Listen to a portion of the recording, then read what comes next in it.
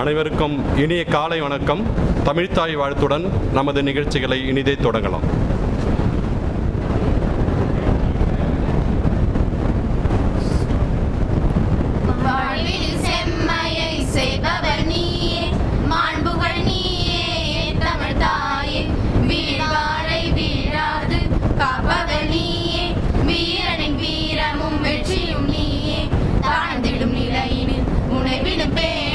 தமிழனை நாளும் தலைகுனி வேணோ சொல்லினம் நல்கினும் பாய்ந்தமிழன்னாய் தோன்றுடன் நீ உயிர் நான் மறப்பேனோ செந்தமிழே உயிரே நருந்தேனே செயலிலை மூச்சினை உனக்களித்தேனே நைந்தாய நல்லைந்து போகுமை வாழ்வு நல்லினை உனைக்கென எனக்கும் தானே முந்திய நாளில் அறிவுமில்லாது மொழிதர மனிதரால் புது புதன் மீது செந்தாமரை காடு பூத்தது போலே செழித்தை தமிழே ஒளியே வாழி செழித்தை தமிழே ஒளியே வாழி செழித்தை தமிழே ஒளியே வாழி.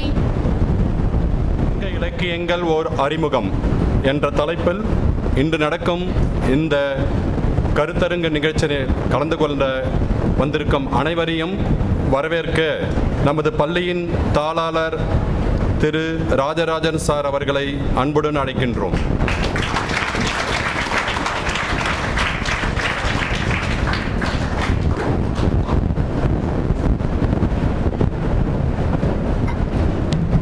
உங்கள் அனைவருக்கும் இனிய காலை வணக்கம். பேராசிரியர் அன்னுசாமி கல்வி நிறுவனங்கள் மற்றும் விவேக பாரதி அறக்கட்டளை இணைந்து நடத்தும் இந்த சங்க இலக்கியங்கள் ஒரு அறிமுக கூட்டம் விழாவில் வருகை புரிந்துள்ள உங்கள் அத்தனை பேரையும் வரவேற்கும் விதமாக முதலாவதாக இந்த நிகழ்ச்சிக்கு தலைமையேற்ற வருகை புரிந்துள்ள நமது பள்ளியின் தலைவர், அவர் இல்லைன்னா நமக்கே தெரியும், அவர் இல்லைன்னா இங்கே இருக்கிற எதுவுமே இல்லை. அவர் தான் எங்களோட கல்வி குழுமத்தின் ஆணிவர் திருமதி இருதயமேரி நீலமேகம் அவர்களே, உங்களை அன்புடன் வரவேற்கிறோம். இந்த நேரத்தில் பள்ளியை மிக சிறப்பாக நேர்த்தியாக கட்டமைத்து நடத்தி கொண்டிருக்கும் இந்த பள்ளியின் முதல்வர் நீல மருள் செல்வி அவர்களை அன்புடன் வரவேற்கிறோம். பார்த்திங்கன்னா இந்த விவேக பாரதி அறக்கட்டளையிலிருந்து பார்த்திங்கன்னா 2 முக்கிய நண்பர்கள் வந்திருக்கிறாங்க. இவங்க 2 பேரும் எனக்கு பர்சனலாக ரொம்ப ஃப்ரெண்ட்ஸு, ரொம்ப வருஷமாக அதாவது எப்படி சொல்லுவாங்கன்னா ஆல் சீசன் ஃப்ரெண்ட்ஸ்ன்னு சொல்லுவாங்க. எல்லா நேரத்துலையும் என் கூட இருக்கிற எப்பயுமே இருக்கிற நண்பர்கள். இன்னும் இன்ஃபேக்ட் ரமேஷ் வந்து என் கூடயே ரொம்ப வருஷமாக இருந்தார். கிட்டத்தட்ட ஒரு 20 ஆண்டுகளாக தொடர்ந்து என் கூடயே இருக்கிறாரு. அதுக்கு வருகை புரிந்துள்ள ரமேஷ் இன்னையிலேருந்து இல்லை, அந்த 22 வருஷத்துக்கு முன்னாடி நாங்கள் முத பார்க்கும்போது புதுச்சேரி பல்கலைக்கழகத்தில் நான் படித்தேன், தமிழ் டிபார்ட்மெண்ட்டில் இவங்கெல்லாம் தெரியும்னு சொல்லி ஒரு புக் எடுத்துகிட்டு வந்து கொடுத்தாரு. அதுக்கப்புறம் நாங்கள் வந்து உடல் தானம் செய்யணும், கண் தானம் செய்யணும் ஒரு இயக்கம் ஒன்று பண்ணோம். கிட்டத்தட்ட எல்லா இதுலேயுமே பொது விஷயங்கள் அத்தனைக்கும் முன்னால் நிற்கிற அருமை நண்பர் ரமேஷ் அவர்களை இந்த நேரத்தில் வருக என வரவேற்கிறேன். அவருடைய பிரதர் லக்ஷ்மி நரசிம்மன், அவரும் one of my close friends. ரொம்ப அதாவது எப்படி சொல்கிறதுனா டாக்டர் இல்லை, அவர் வந்து பேசிக்காக டாக்டர் இல்லை, ஆல்மோஸ்ட் ஒரு டாக்டர் என்ன ட்ரீட்மெண்ட் கொடுக்குறோ அத்தனையும் அவரே சொல்லிவிடுவார். சார் இதுதான் சார் பிரச்சனை. ஒரே ஒரு இன்சிடென்ட் சொல்கிறேன். நான் வந்து எனக்கு ஒரு ரொம்ப நெருக்கமானங்கிறதுக்கு ஒரு இன்சிடென்ட் சொல்கிறேன். இந்த ஊரில் என்னோட நண்பரோட சகோதரர் வந்து ஒரு ஹாஸ்பிட்டலில் இருந்தார். Very serious condition. என்னாச்சுன்னா என்ன நடக்குதுன்னே தெரியல, என்ன பண்ணுறதுன்னு தெரியலன்னு சொன்னாங்க. அப்போ வந்து என்கிட்ட ஃபோன் பண்ணி கேட்டாங்க என்ன பண்ணலான்னு கேட்டவுடனே அப்போ தான் இவர் சொன்னார், அந்த ஹாஸ்பிட்டலில் வேறு ஒருத்தர் இருந்துட்டு யாருக்கிட்டையும் சொல்ல வேணாம், தயவு செஞ்சு இங்கேருந்து டிஸ்சார்ஜ் பண்ணிட்டு போங்கன்னு சொன்னாங்க. டிஸ்சார்ஜ் பண்ணி நாங்கள் வந்து இல்லைங்க என்னங்க ஜுரம் இல்லைங்க, ஆனால் கொஞ்சம் சீரியஸ். ஏன்னா அப்போ வந்து ஒரு வித்தியாசமான ஒரு ஃபீவர் ஒன்று வந்து பார்த்திங்கன்னா நிறையா இவென்ச்சுவாலிட்டிஸ் கண்டினியூஸாக அந்த ஹாஸ்பிட்டல் நடந்துக்கிட்டே இருந்தது, யாருக்கும் தெரியல. அப்போ வந்து அவர் வந்து என்ன சொன்னார், ரொம்ப ரகசியமாக என்கிட்ட ஃபோன் பண்ணி நான் சொன்னேன்னு சொல்ல வேணாம் சார், ஆனால் வந்து அவங்களை கூட்டு போங்கன்னு சொன்னார். சரிங்கன்னு சொல்லிவிட்டு அப்புறம் கூட்டு போய்ட்டு அவங்கள்ட்ட சொன்னால் டிஸ்சார்ஜ் பண்ணிக்கங்கன்னு சொல்லி கிட்டத்தட்ட 42 நாள் அவர் வந்து எங்கே இருந்தார், ராமச்சந்திரா ஹாஸ்பிட்டலில் 42 நாள் பெட்டில் இருந்தார். 42 நாள் இருந்து இன்றைக்கி வந்து இஸ் வெரி குட் நவ். இன்னும் பார்க்கும்போதெல்லாம் சொல்லுவார், அன்னைக்கு ஒரு வார்த்தை, ஒரே ஒரு வார்த்தை கடைசி நேரத்தில் நீ சொல்லாமல் இருந்தீங்கன்னா, சொல்லாமல் இருந்தால் யோசிச்சு பாருங்கள். இது வந்து கிட்டத்தட்ட நடந்து வந்து ஒரு 10 years பேக். வே பேக் 2015 நடந்தது, 10 years பேக். ஏன்னா அந்த அளவுக்கு வந்து இப்போ மட்டும் இல்லை, எனக்கு உடம்பு சரியில்லைன்னு சொன்னால் ஒரு டீடைல் கேட்ட பற்றி டாக்டரை பாருங்கள், இதுதான் சிம்டம்ஸ் சொல்லுவார். அந்த அளவுக்கு வந்து மிக நெருங்கிய நண்பர்.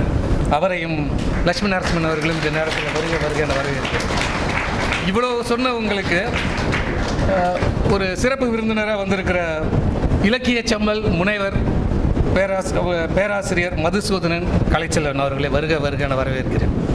ஏன் அவருக்கு மட்டும் நான் ரொம்ப சாதாரணமாக சொல்லிட்டேன்னு போயிட்டீங்கன்னா, நான் கூட நான் ஃபுல்லாக படிக்கவே இல்லை, பேர் மட்டும் பார்த்துட்டு விட்டுட்டேன். இலக்கிய செல்வர்னா ஏதோ எம்ஏ பிஹெச்டி முடிச்சிருப்பாங்க, எம்ஏ பிஹெச்டி தமிழில் படிச்சுட்டு வந்து நிறையா சொல்லுவாங்க அப்படி தான் நினச்சேன்.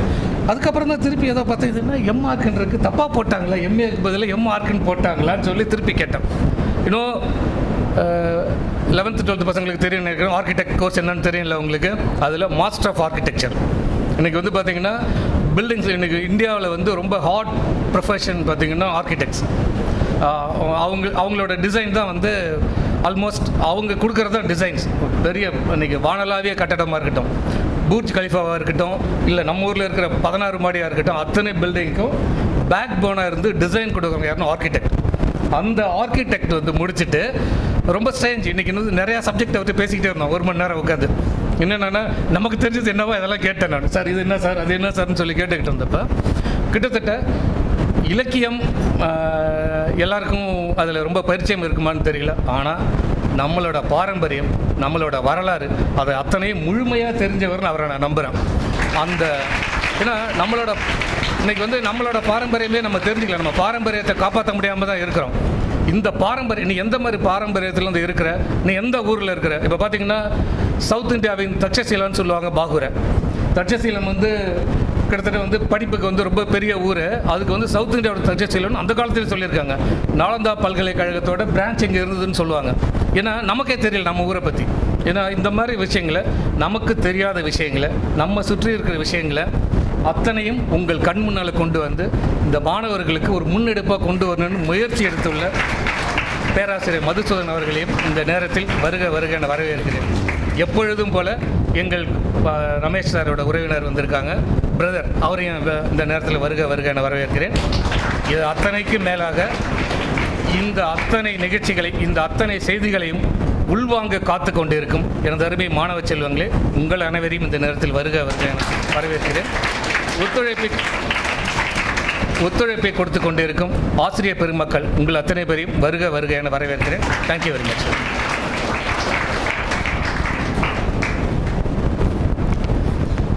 வரவேற்பு வழங்கிய நமது பள்ளியின் தாளாளர் அவர்களுக்கு நன்றியை தெரிவித்துக் கொண்டு, இப்பொழுது இந்த நிகழ்ச்சியை தலைமையேற்று தலைமை உரையாற்ற நமது பள்ளியின் தலைவர் அவர்களை அன்புடன் வரவேற்கின்றோம். அனைவரையும் வாழ்த்தி மகிழ்கின்றேன். இந்த நாள் இனிய நாள். நீங்கள் நிறைய செய்திகளை கேட்க போகிறீங்க. அதற்கு முன்ன மேடையில் அமர்ந்திருக்கிற அனைவருக்கும் என்னுடைய வாழ்த்துக்கள். அவங்கள பற்றி சிறப்பாக சார் எல்லாம் சொன்னாங்க, எல்லாம் கேட்டுக்கிட்டு இருந்தோம். ரொம்ப திருப்தியாக இருந்தது. இன்றைக்கி நம்ம இது மாதிரி முன்னே வந்து பிள்ளைங்களுக்கு சொல்லிக் கொடுக்கணுன்ற ஆர்வத்தோடு வந்திருக்கிறாங்க இல்லையா, அவங்க ஆர்வத்துக்கு நான் தலைவணங்குகிறேன். விவேக பாரதியும் நமது மேல்நிலை பள்ளியும் இணைந்து நடத்தும் இந்த விழா, இந்த நிகழ்ச்சி உங்களுக்கு வாழ்நாள் பூரா ஞாபகத்தில் இருக்கணும்.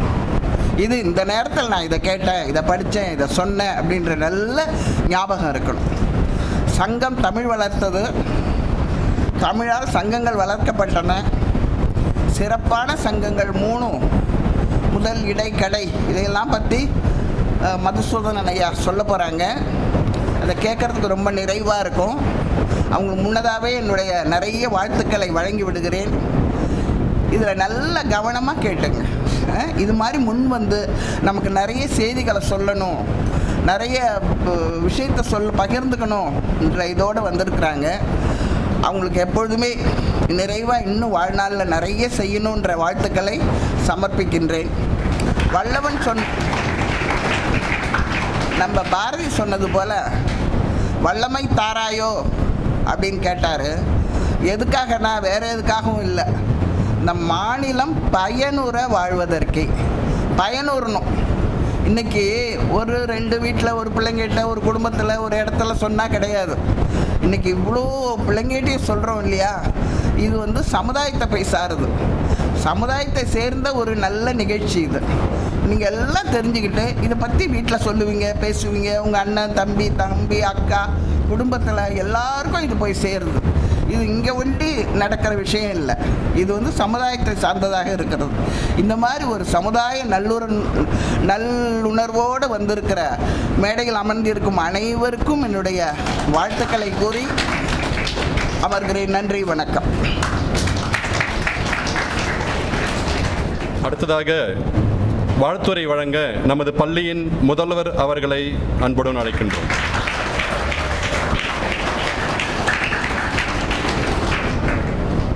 அவையினர் அனைவருக்கும் பணிவன்பான வணக்கம். இன்னைக்கு தலைமை உரை கூட மிகவும் குறுகி இருக்கிறது. வரவேற்பு உரை சொல்ல எண்ணிவிடலாம் அப்படியாக இருக்கிறது. இதெல்லாம் எதுக்குன்னு உங்களுக்கு தெரிஞ்சிருக்கும். ஏன்? Can you guess? வரவேற்புரை சுருக்கமா மேடம் சொல்லியிருக்காங்க. தலைமை உரை, வரவேற்புரை கரஸ்பாண்டன்ட் சார் ரொம்ப சுருக்கமா அழகா நிறைவா முத்தாய்ப்பாக வைத்திருக்கிறார்கள். எல்லாத்துக்கும் என்ன காரணம்னு சொன்னா, இன்னைக்கு நீங்கள் எல்லாம் ஆவலோடு எதிர்பார்த்து கொண்டிருக்கக்கூடிய அந்த சிறப்பு பேச்சாளர் இருக்கிறார்கள் அல்லவா, அவர்களுடைய நேரத்தை முழுமையாக அவர்களுக்கு கொடுத்து விட வேண்டும் என்பதற்காக.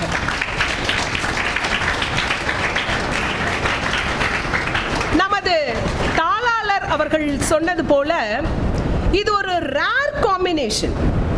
ஏன்னா எப்பொழுதுமே பிஆர்க், அதுவும் அவங்களோட பிஜியை போய் யூஎஸ்ல அமெரிக்காவில் அவங்களோட எம்ஆர்க் முடிச்சுட்டு ப்ரொஃபஸரா ஆர்கிடெக்ட் காலேஜில் இருந்தவங்க டெம்பிள்ஸை பற்றியும் கலையை பற்றியும் பாரம்பரியத்தை பற்றியும் இசையை பற்றியும் நம்முடைய பண்பாட்டை பற்றியும் வரலாற்றை பற்றியும் பேசுவதற்கு வருகிறார்கள்னு சொன்னா முக்கியமான காரணம் என்ன தெரியுமா?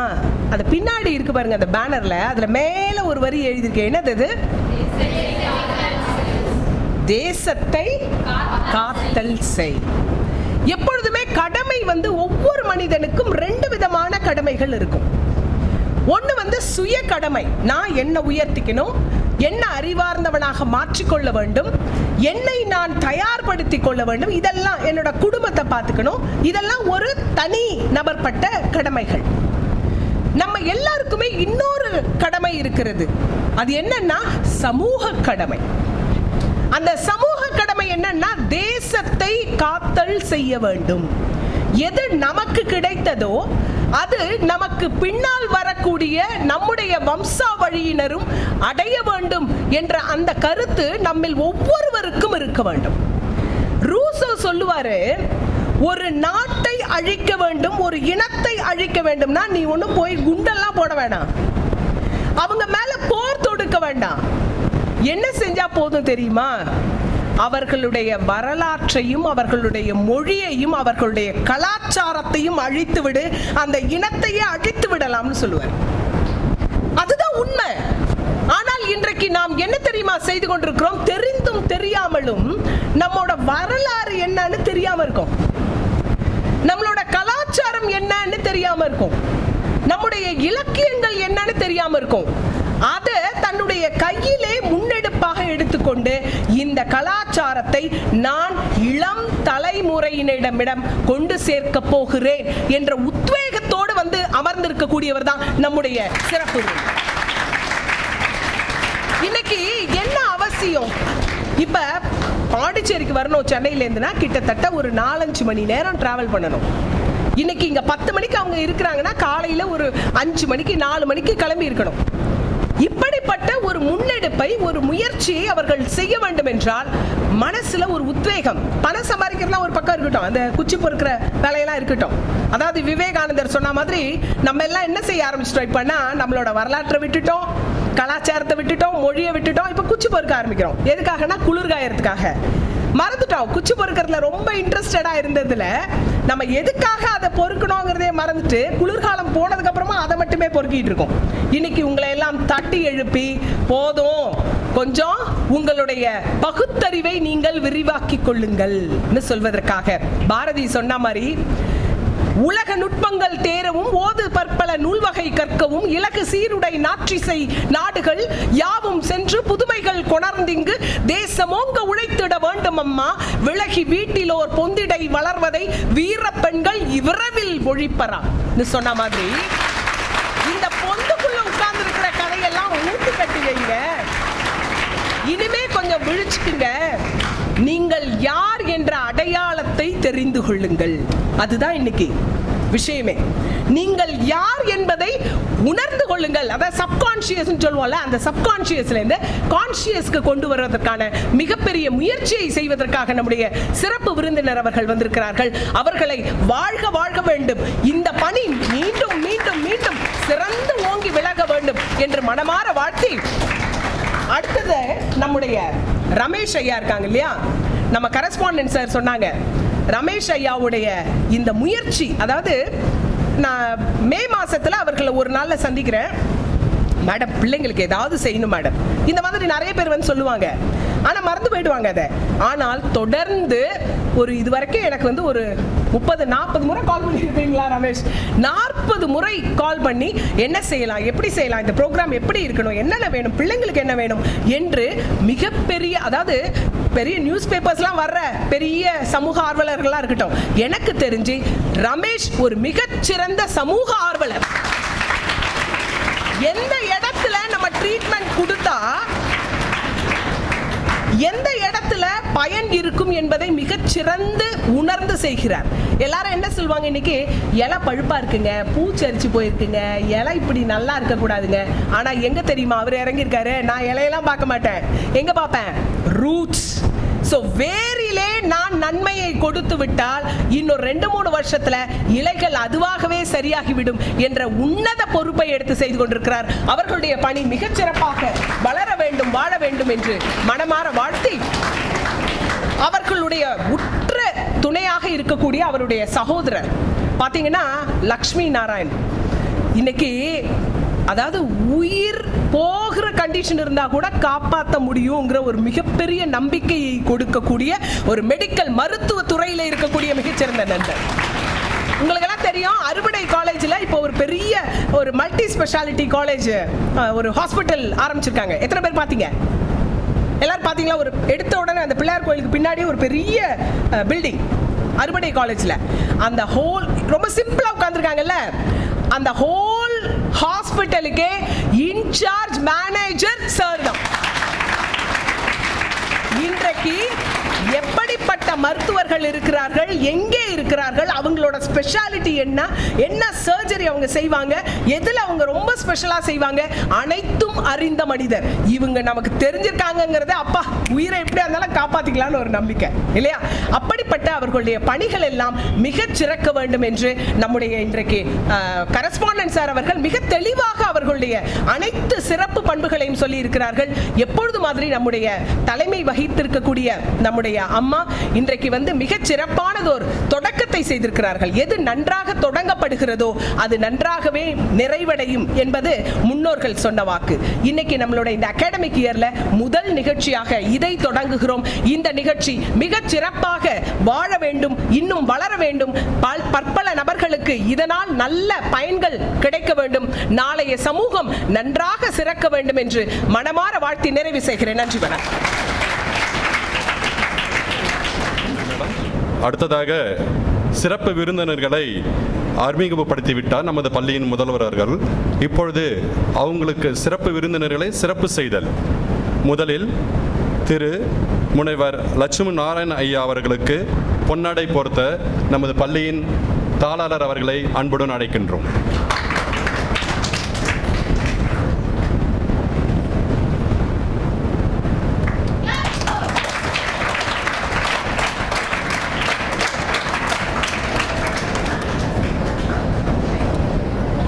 அதனைத் தொடர்ந்து இலக்கிய செம்மல் முனைவர் திரு மதுசூதனன் கலைச்செல்வன் அவர்களை சிறப்புமிக்க நமது பள்ளியின் தலைவர் அவர்களை அன்புடன் அழைக்கின்றோம்.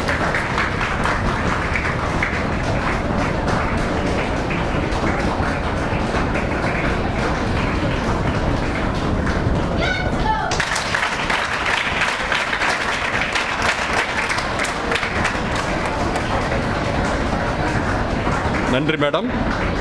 அடுத்ததாக திரு ஜெய ரமேஷ் அவர்களை நிறுவனர் விவேக பாரதி அறக்கட்டளை அவர்களை சிறப்புவிக்க நமது பள்ளியின் முதல்வர் அவர்களை அன்புடன் அழைக்கின்றோம்.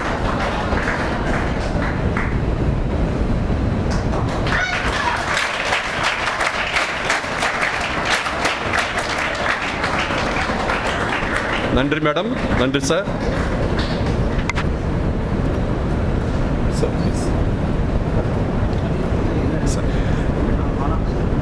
சிறப்பு செய்தல்.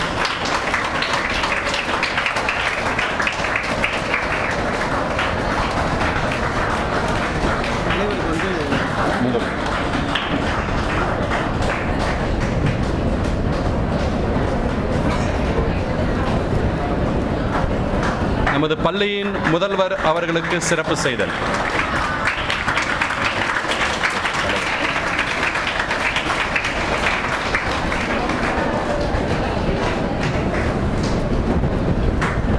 பள்ளியின் முதல்வர்களுக்கு திரும்ப சிறப்பு செய்தல்.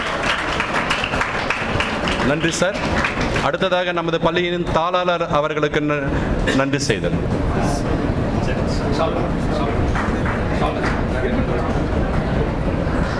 Thank you sir.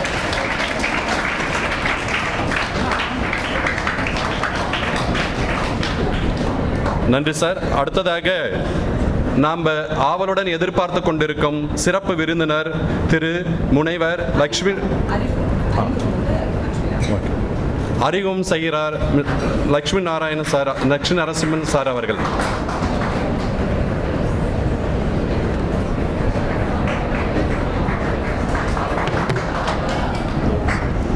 எண்ணிய முடிதல் வேண்டும். பண்ணிய பாவமெல்லாம் பரிதி முன் பணியே போல நன்னிய நின்முன் இங்கு நசித்திடல் வேண்டும் அண்ணாய் என்று பாரதி தமிழன்னையை வணங்கியதை முன்வைத்து என் உரையை துவங்குகிறேன். எங்களுக்கு இன்றைக்கி ஒரு நாஸ்டாலஜிக் மூமெண்ட் சொன்னால் மேபி மன்னிக்கணும். நான் அந்த அளவுக்கு தமிழில் புலமை பெற்றவன் இல்லை. கார்ப்பரேட் ஹாஸ்பிட்டல்லே வேலை செஞ்சதுனால அடிக்கடி இங்கிலீஷோட இது இருக்கும், மன்னிக்கணும். அவையோர் முன்னிலையில் இன்று எங்களுக்கு இந்த ஒரு அரங்கத்தை கொடுத்து புத்தம்புது உலகம் செய்திட இல்லை இருக்கக்கூடிய தேசத்தை காத்திட ஒரு எங்களுடைய நோக்கத்துக்கு உறுதுணையாக இருந்து எங்களுக்கு ஒரு பொறுப்பை நாங்கள் உணர்வதற்கான ஒரு தருணத்தை கொடுத்த அன்னுசாமி மேல்நிலைப் பள்ளியின் தாளாளர், தலைவர் மற்றும் முதல்வர் 3 பேருக்குமே எங்களுடைய மனமார்ந்த நன்றிகளை தெரிவித்துக் கொண்டு என் உரையை துவங்குகிறேன். ஸோ நான் பேசுகிறதுக்கு முன்னாடி நிறையா எனக்கு ஒரு பெரிய ஒரு தர்ம சங்கடமான ஒரு இதை இது பண்ணியாச்சு. ஏன்னா நான் பேசுகிறதுக்கு ஒன்றுமே இல்லை. ஏன்னா எல்லாமே என்னை விட தெளிவாக உங்களுடைய முதல்வர் உங்களுக்கு சொல்லிட்டாங்க. அவங்கள விட ஒரு ஆசானை விட நான் இன்னைக்கு ஒரு சிறப்பு விருந்தினை அறிமுகப்படுத்தணும் அப்படின்னாக்கா ஒன்றும் பெருசாக இல்லை. ஏன்னா நானே ஒரு ஆசானுடைய இதை கேட்டு அவங்களுடைய வழிமொழிதல் பேரில் தான் எதுவாக இருந்தால் சொல்ல போகிறேன். But still sir, I have the privilege of introducing you to this young gathering here. Okay? So Madhusudhanan Kalaiselvan கட்டிடக்கலை பட்டதாரியும் முதுகலை படிப்பில் தங்கப்பதக்கம் வென்றவருமான மதுசூதனன் கலைச்செல்வன் பாதுகாப்பு மற்றும் கட்டிடக்கலை ஆராய்ச்சியில் நிபுணத்துவம் பெற்றவர். பிரபலமான கட்டிடக்கலை பள்ளியில் மாணவர்களுக்கு வழிகாட்டியாக ஒரு 10 ஆண்டு காலம் துணிய ஆசிரியர் பணியை முடித்துவிட்டு இன்று அவருடைய ஒரு பேஷனேட் இதுக்காக தமிழின் மீது உள்ள ஆர்வமும் கட்டிடக்கலையை, பழங்கால பாரம்பரிய கட்டிடக்கலையை மறுசீரமைப்பு செய்யும் நோக்கத்தின் ஆர்வமும் கொண்ட இவர் பிரபலமான கட்டிடக்கலை பள்ளியின் மாணவர்களுக்கு வழிகாட்டியாக இருந்து வந்தும் 2019 முதல் ரதம் என்னும் ஒரு நிறுவனம் தொடங்கி சாலை மூலமாக பல நம்முடைய நாட்டு பழங்கால ஆராய்ச்சி மற்றும் கட்டிடக்கலை ஆராய்ச்சியில் பெரும் பங்கு வகித்து கொண்டிருக்கிறார்.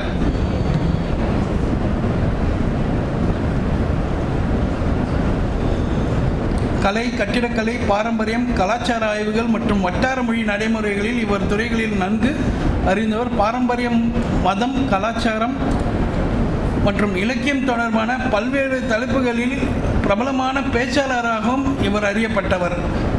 தென்னிந்திய பாரம்பரியத்துறையில் ஒரு இளம் சாதனையாளராக சிறந்த சேவைக்காக 2018ஆம் ஆண்டு வேதவள்ளி நினைவு விருதை பெற்ற இளையவர் இவரே. மற்றும் தமிழ் இலக்கியத்தின் மீதான அவரது தேர்ச்சியை அங்கீகரிக்கும் விதமாக 2019 தமிழ் இலக்கிய செம்மல் மற்றும் சைவத்தமிழ் அறிஞர் என்ற 2 விருதுகளை அவர் ஆசிரியர் ஆச்சாரியர் தர்மபுரம் ஆதீனத்திலிருந்து இவர் வழங்கப்பெற்றார். பாரம்பரியம் மற்றும் கலாச்சாரத்துறையில் அவர் செய்த சேவைக்காக பேராசிரியர் சுவாமிநாதன் விருதை 2020 பெற்ற இவர் முதல் நபர் என்பது குறிப்பிடத்தக்கது.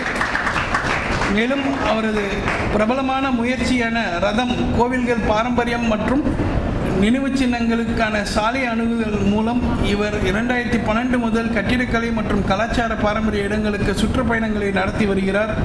பிரபல அச்சு ஊடகங்களில் கல்வெட்டு, பிரபலமான கோவில்கள் மற்றும் தொல்லியல் போன்ற பாடங்கள் உள்ளடக்கிய பத்திகளை எழுதி வருகிறார் என்பதும் குறிப்பிடத்தக்கது. அவர் தற்போது நகர திட்டமிடல் மற்றும் குறித்த முனைவர் பட்ட ஆய்வை தொடர்ந்து கொண்டு வருகிறார் என்பதும் முடிச்சாச்சு, மன்னிக்கணும். He had completed his doctorate in architecture and city planning. So அரசு நிறுவிய குழுவிலும் பணியாற்றி வருகிறார் என்பது குறிப்பிடத்தக்கது. நான் அவரோட டைம் எடுத்துக்க ஒன்றும் விரும்பல. It would be better that if he comes and gives us the brainstorming session, whichever is possible, wherever we would also be in a position to grab something betterment later than yesterday. Okay, ஒவ்வொரு நாளும் நம்மளுக்கு நேற்றைய விட இன்றைய தினம் நான் நம்மளே மெருகேற்றிக்கிறதுக்கான ஒரு தருணமாக நான் எப்போதுமே கருதுவேன். ஸோ இன்றைய தினம் அவருடையது. அவர் மேற்கொண்டு இந்த விழாவை தொகுத்து வழங்குவார். நன்றி.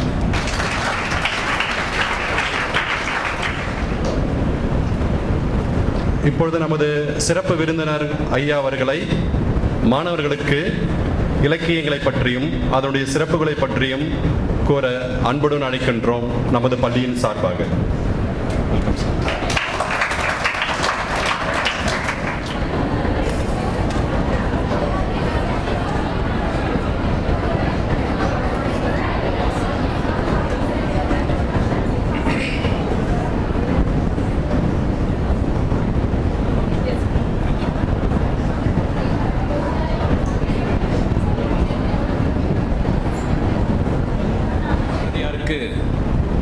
புகலிடம் வழங்கி சிறப்பித்த பாண்டிச்சேரி ஒரு புண்ணிய பூமி.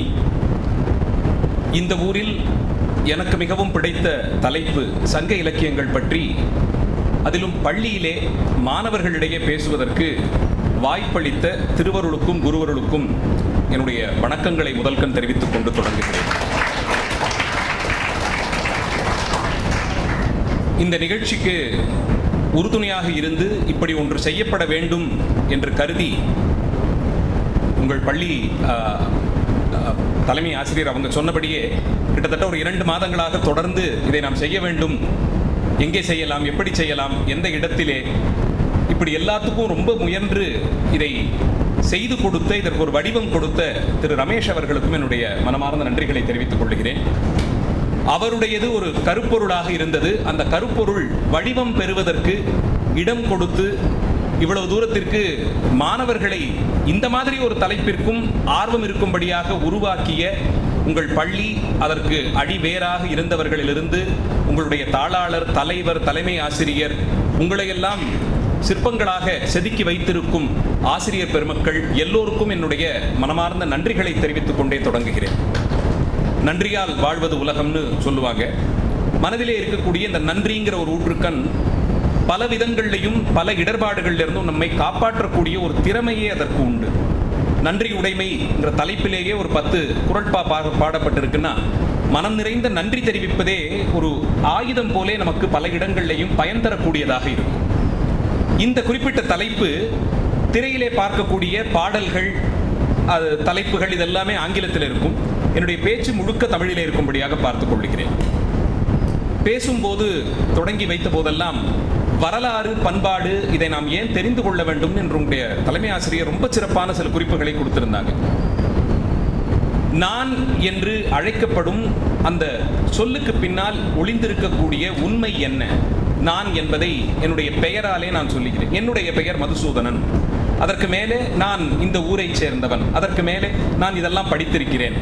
அதற்கு மேலே என்னுடைய தாய் தந்தையர் அவர்கள் அது இப்படி இது போகக்கூடியது என்னுடைய அடையாளம் என்று நான் சுருக்கி பார்த்தால், நான் யார் என்று பெரிய தத்துவவியலாளர்களுக்கெல்லாம் வந்த கேள்விக்கு ஒரு சாமானியனாக நம்முடைய விடை, நாம் சார்ந்த பின்புலம், நமக்கு அடையாளமாக இருக்கக்கூடியது எதுவோ அதுதான் விடையாக இருக்கும்.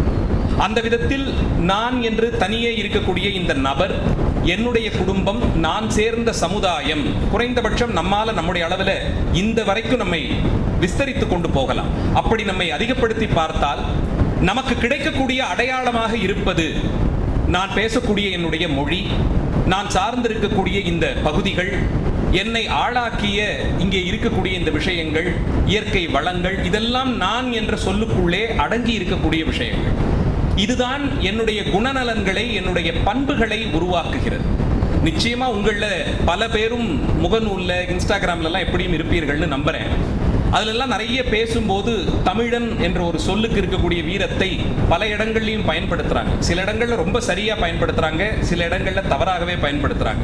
எப்படி பார்த்தாலும் தமிழன் என்ற அந்த ஒரு அடையாளத்திற்குள்ளே என்னை நான் பொருத்தி பார்க்கும் போது அது எனக்கு ஒரு பெருமையை தருகிறது. காரணம், ரொம்ப பழைய மொழி, ரொம்ப பழமையான மொழி. கல் தோன்றி மண் தோன்றா காலத்தே முன் தோன்றியது தமிழன் என்று சொல்லடா, இது மாதிரிலாம் சொல்லும் போது நமக்குள்ளே ஒரு ஒரு உத்வேகம் வரும்.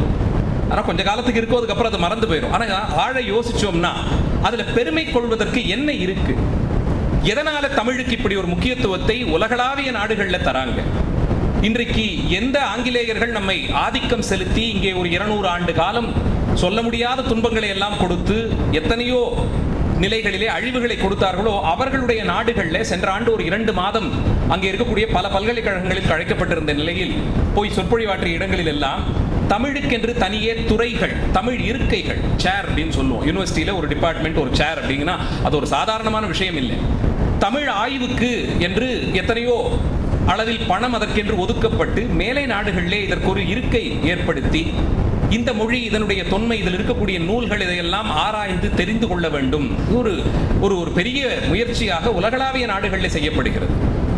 மொழியிலே வல்லுநர்கள் அப்படின்னு அடையாளம் பெற வேண்டும் என்றால் குறைந்தபட்சம் அவர்களுக்கு தெரிந்திருக்க வேண்டிய ஒரு 8-10 மொழியில தமிழ் இருக்கு. அத்தனை தூரத்திற்கு தொன்மைங்கிற ஒரு விஷயத்தையே அடிப்படையாக வைத்துக் கொண்டு பார்த்தாலும், பழையது என்ற பழசுங்கிறதுக்காக எல்லாம் சிறப்பு இல்லை அப்படிங்கிறதா சித்தாந்தம். ஆனாலும் பழமையிலே இருக்கக்கூடிய சிறப்பு என்னன்னு தெரிந்து கொண்டால் அது நமக்கு எந்தெந்த விதத்தில் உதவும்னு பார்க்கிறோம். பெரும்பான்மை நாம் போற பள்ளிக்கூடங்கள் எல்லாம் வரலாறு அப்படின்னு சொன்னாலே, ஹிஸ்டரி அப்படின்னாலே அது வேண்டாமே, அது ஒரு முக்கியமான சப்ஜெக்ட் இல்லையே அப்படிம்பாங்க. அது படித்து என்ன பண்ண போறோம் அப்படிங்கிற ஒரு இயல்பான கேள்வி மக்களிடையே இருக்க பார்க்கிறோம். உண்மையில் ஒரு நல்ல பண்பட்ட சமுதாயம் உயர்ந்து தன்னை தான் அழைத்து போக வேண்டும். தான் உயர்ந்தேன் என்பதை தாண்டி இந்த சமுதாயம், மக்கள் எல்லோரும் உயர்ந்தார்கள்னு நினைக்க வேண்டும் என்றால், பணம் சம்பாதிப்பதுதான் உயர்வு என்ற அந்த கோட்பாடு இல்லாமல் தான் என்றது தன்னுடைய அந்த அடையாளம் உயர வேண்டும் என்று நினைப்பவர்கள் வரலாற்றுக்கு நிச்சயமா ஒரு முக்கியத்துவம் தருவாங்க. இன்னைக்கு மாணவர் பருவத்திலே வரலாறுலாம் வேண்டாம், அது ஒரு போரிங் சப்ஜெக்ட். டைம் டேபிள் போடும்போதே சார் முடிஞ்ச வரைக்கும் ஹிஸ்டரி எல்லாம் லஞ்சுக்கு அப்புறமா வைங்க, எப்படியும் பசங்க எப்போ எடுத்தாலும் தூங்குவாங்க, அதை அந்த டைம்ல வச்சுக்கலாம்னு சொல்லக்கூடிய பள்ளிகள் எல்லாமே இருந்து பார்த்துருக்கேன். அந்த அளவுக்கு அதை ஒதுக்கி தள்ளிவிடானா வரலாறு நம்ம என்னைக்குமே விடாது. நீங்க அதை எவ்வளவு வெறுத்தீங்கனாலும் அது உங்களை வெறுக்கவே வெறுக்காது, பிடித்து கொண்டே இருக்கும். ஒரு 30-40 வயசு ஆகும்போது அங்க உட்கார்ந்து நாம் கடந்து வந்த பாதை அப்படின்னு அசை போட்டீங்கன்னா உங்களுக்கு தெரியாம நீங்க வரலாறத்தான் சிந்திச்சிருக்கீங்க. அதுல யாரெல்லாம் எனக்கு உதவியாக இருந்தார்கள், நான் ஒரு நிலையை அடைந்ததற்கு பின்புலமாக இருந்தவர்கள் யார், என்னுடைய ஆசிரியர்கள், என்னுடைய தாய் தந்தையர்கள். இதை உட்கார்ந்து யோசிச்சோம்னா அங்கேயே நீங்க வரலாற்று மாணவர் ஆயிடுறீங்க. வரலாறை தவிர்த்து வளர்ச்சிக்கு இடமே கிடையாது. அதனால்தான் பழமை, பண்பாடு இதுதான் வளர்ந்து வந்த வழி, அதற்கு பின்புலமாக இருந்தது இதுதான் இதை தெரிந்து கொள்ள வேண்டும் என்கிறதுல இப்பதான் கொஞ்ச காலமா ஒரு முக்கியத்துவம் கொடுக்க ஆரம்பிச்சிருக்காங்க. கடந்த ஒரு 20 ஆண்டுகளாகத்தான் பொதுத்தளத்திலே இருக்கக்கூடிய மக்கள் வெவ்வேறு துறையைச் சேர்ந்தவர்கள்லாம் அதில் இருக்காங்க. இப்போ நான் வரலாறு, பண்பாடு இதெல்லாம் குறித்து ஆன்லைனில் எடுக்கிற லெக்சர்ஸ்க்கோ இல்லை நான் கூட்டிகிட்டு போகிற யாத்திரைகளுக்கோ வர்றவங்க எல்லாம் பார்த்தீங்கன்னா பெரிய அளவிலான மென்பொருள் துறையில் இருக்கவங்க, சாஃப்ட்வேர் இன்ஜினியர்ஸ்லேருந்து பெரிய கம்பெனிஸ் ரன் பண்ணுறவங்க, வைஸ் பிரசிடென்ட்ஸ் ஆஃப் கம்பெனிஸ், பாரட் லாஸ் இருக்காங்க, ரிட்டையர்ட் ஜட்ஜஸ் இருக்காங்க. அத்தனை பேருக்கும் இப்போ ஏதோ ஒரு அளவுக்கு வந்துட்டோம், நான் 50 வயசு 60 வயசு 70 வயசு ஆயாச்சு, இதெல்லாம் பார்த்துட்டோம்னா இதெல்லாம் எங்கேருந்து ஆரம்பிச்சுது, இதுக்கு வேற எங்கே இருக்குன்னு தெரிஞ்சுக்கிறதுல ஒரு ஆர்வம் இருக்கு, அந்த நம்பிக்கையோடய வராங்க. பெரும்பாலும் இன்னைக்கு மொழி படிப்பது, இலக்கியம் படிக்கிறதுங்கிறது அது வேற எதுவும் கோர்ஸ் கிடைக்கலன்னா அதுக்கு போவாங்க அப்படின்னு ஒரு சகஜமான ஒரு விஷயத்துக்கு வந்துட்டோம். உண்மைதான். ஒருவேளை நீங்கள் இதை படித்து இதை வைத்து பொருளாதார ரீதியாக பெரிய அளவுக்கு போக முடியுமான்னா நிச்சயம் போக முடியும். அந்த அளவுக்கு அதில் வல்லமை இருந்தால் போகலாம்.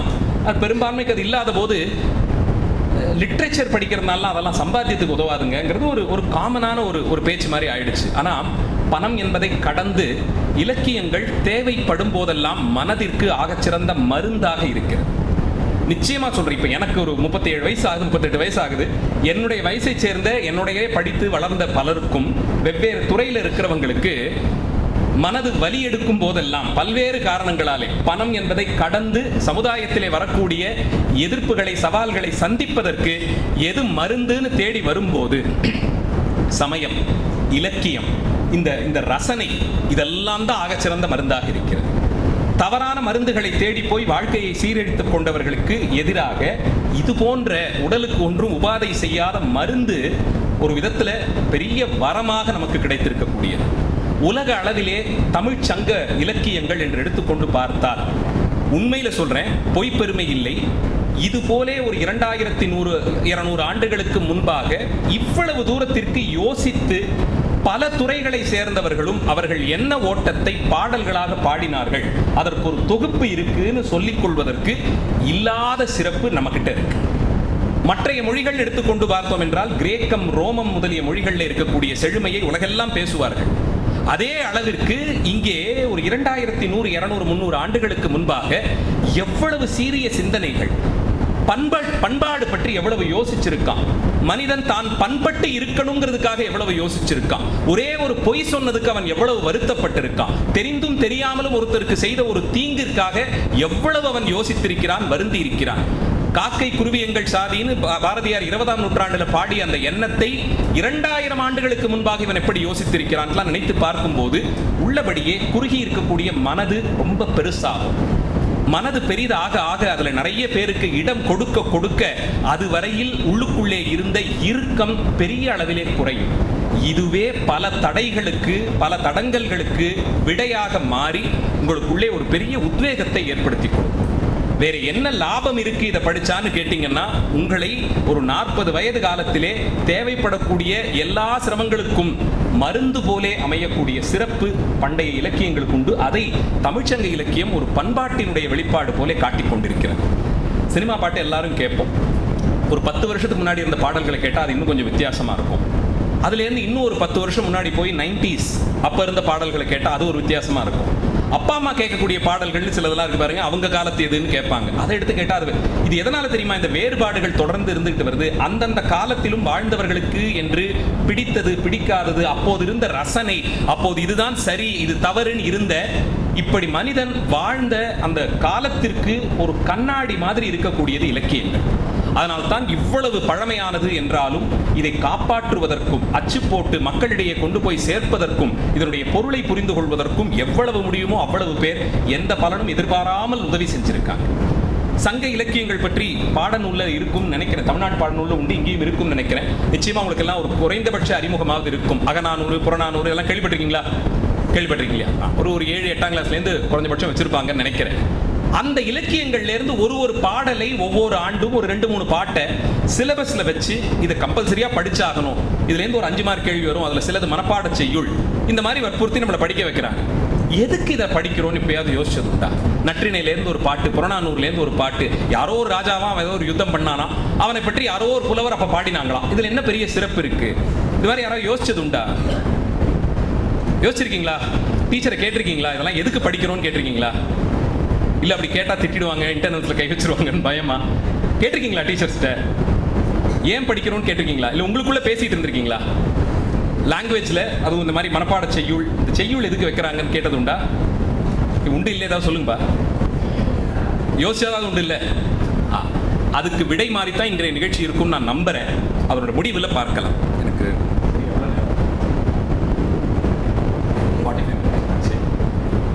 இப்போ இந்த முதல் தலைப்பு an introduction to சங்கம் லிட்ரேச்சர், சங்க இலக்கியத்திற்கு ஒரு அறிமுகம். அதில் ஒருத்தரோட படம் போட்டிருக்கேன். அது யாருன்னு ஏதாவது கெஸ் பண்ண முடியுமா? பெரிய தாடி வச்சிருக்காரு, தலைக்கு மேலே இப்படி முடியெல்லாம் சுற்றி இருக்கு, நின்றுட்டு இருக்காரு. அவரை பார்த்தா யார மாதிரி இருக்குன்னு ஏதாவது கெஸ் பண்ண முடியுமா? ரேண்டமாக கெஸ் பண்ணுங்க.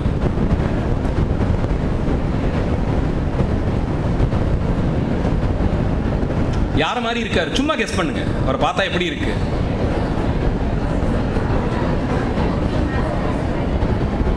யாராவது?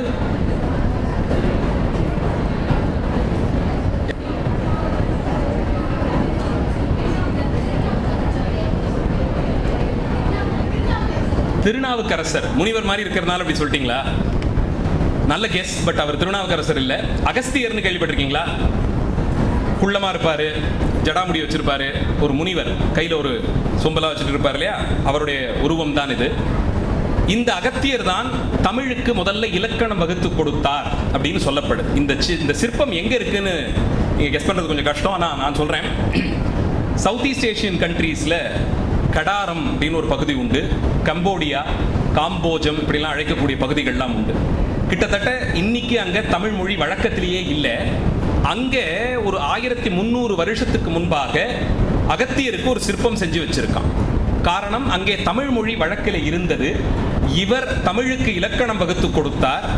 அந்த மொழிக்கு இலக்கணம் கொடுத்ததால் இவர் வணங்கப்பட வேண்டியவர்னு நம்பினான். அதுக்காகவே இவரை வணங்கணும்னு நம்பினான். அதனால்தான் பாரதி சொல்லும் போது ஆதிசிவன் பெற்றெடுத்தான் உன்னை அகத்தியன் என்னும் ஆரியன் வளர்த்தான்கிற. சிவபெருமான் கிட்டே இந்த மொழி வந்தது. ஆனால் அதற்கு இலக்கணம் கொடுத்து அதை வளர்த்து கொடுத்த சிறப்பு அகத்தியருக்கு. இவர் வளர்த்து கொடுத்த அந்த மொழியை பற்றித்தான் பார்க்க போறோம். இலக்கியத்தினுடைய முக்கியத்துவத்தை பற்றி சிந்தித்தோம். அந்த வரலாறு பண்பாடுன்னு எடுத்துக்கிட்டோம்னா இலக்கியம் தான் அதை பிரதிபலிக்கும் கண்ணாடினா. ஒரு கலாச்சாரம் வளர்ந்து வந்த வழி, அவர்கள் எதை நம்பினார்கள், அவர்களுக்கு இருந்த குணம் என்ன, எது சரின்னு அவங்க எப்படி கணக்கு பண்ணாங்க, எது தவறுங்கிறத அவங்க எப்ப முடிவு பண்ணாங்க, இதுக்கு எல்லாத்துக்கும் நேரடியான விடை போல இருப்பது இலக்கியங்கள். இதை தெரிந்து கொண்டு இதன் மூலமாக மனிதன் பண்படுவதற்கு அதற்காகத்தான் பாடி வச்சாங்க. நினைச்சு பாருங்க, 2000 வருஷத்துக்கு முன்னாடி யாரோ ஒருத்தர் அவர் மனசுக்கு தோணுனதை பாடிட்டு போயிட்டார். அவர் நினைச்சு பார்த்துருப்பார்ல, இவ்வளவு கஷ்டப்பட்டு இலக்கண பிழையெல்லாம் திருத்தி, எழுத்து பிழையெல்லாம் திருத்தி, இதை எழுதி பப்ளிஷ் பண்ணி எதுக்கு இவ்வளவு கஷ்டப்பட்டுக்கிட்டு, எதுக்கு செஞ்சு வச்சாருன்னா வேற ஒண்ணும் இல்லை. என்னுடைய அனுபவத்தால இது சரி இது தவறுன்னு தெரிஞ்சுக்கிட்டேன். நிச்சயமா என்னைக்காவது யாராவது ஒருத்தருக்கு இந்த அனுபவம் பாடமாக இருக்கும்.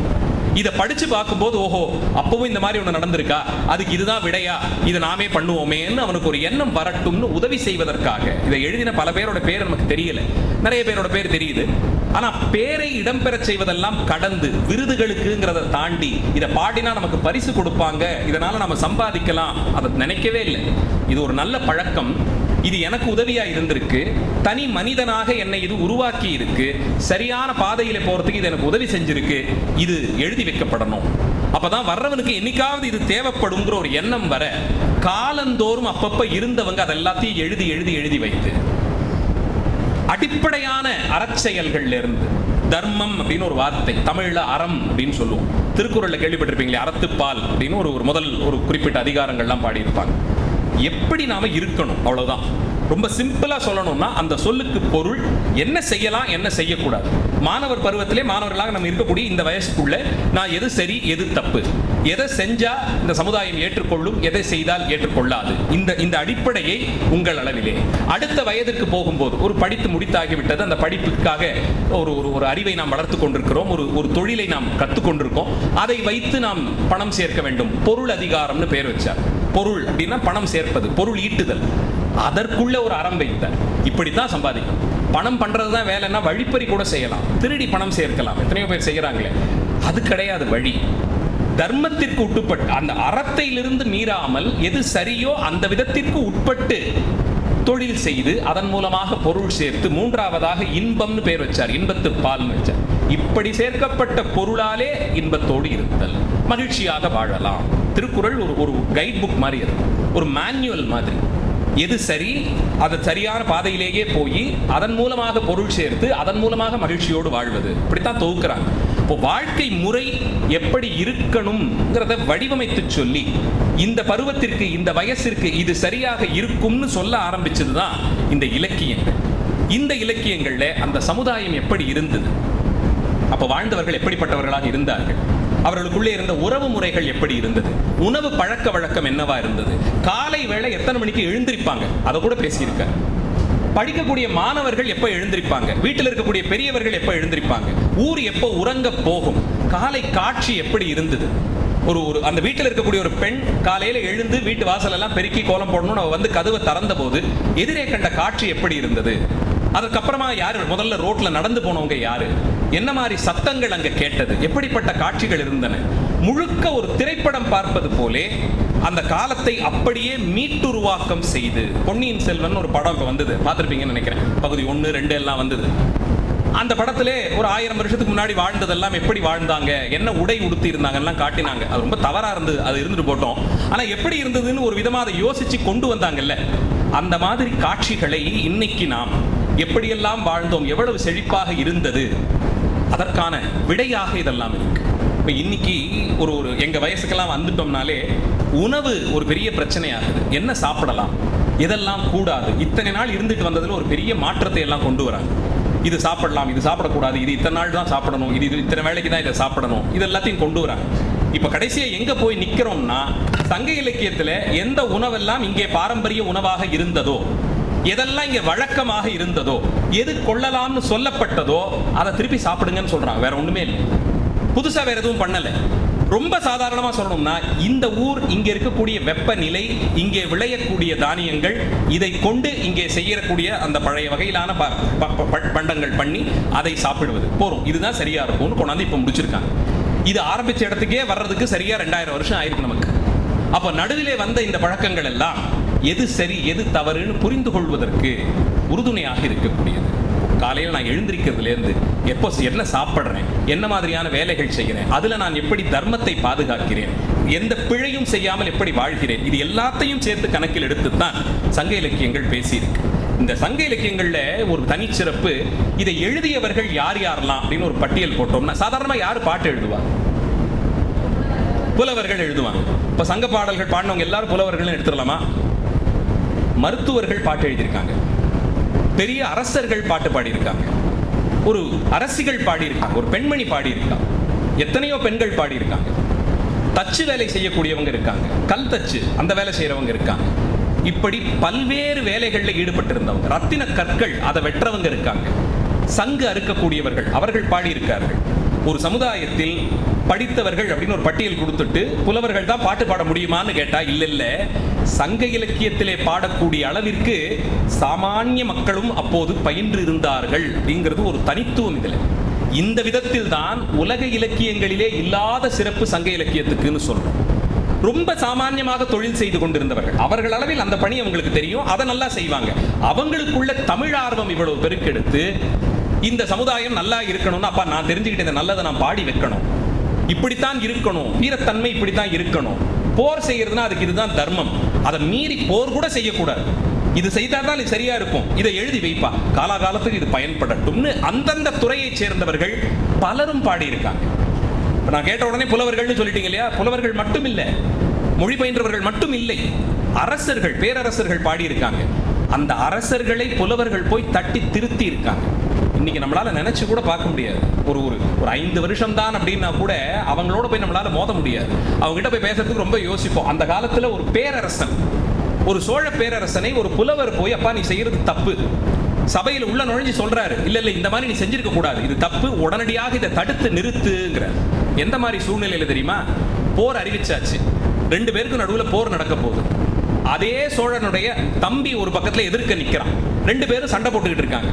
போர்க்களத்துக்கு தேதி அறிவிச்சாச்சு, போர் அன்னைக்கு காலையில தொடங்கியாச்சு, ஊரே அங்க கூடி இருக்கு, யுத்தம் நடக்க போகுது.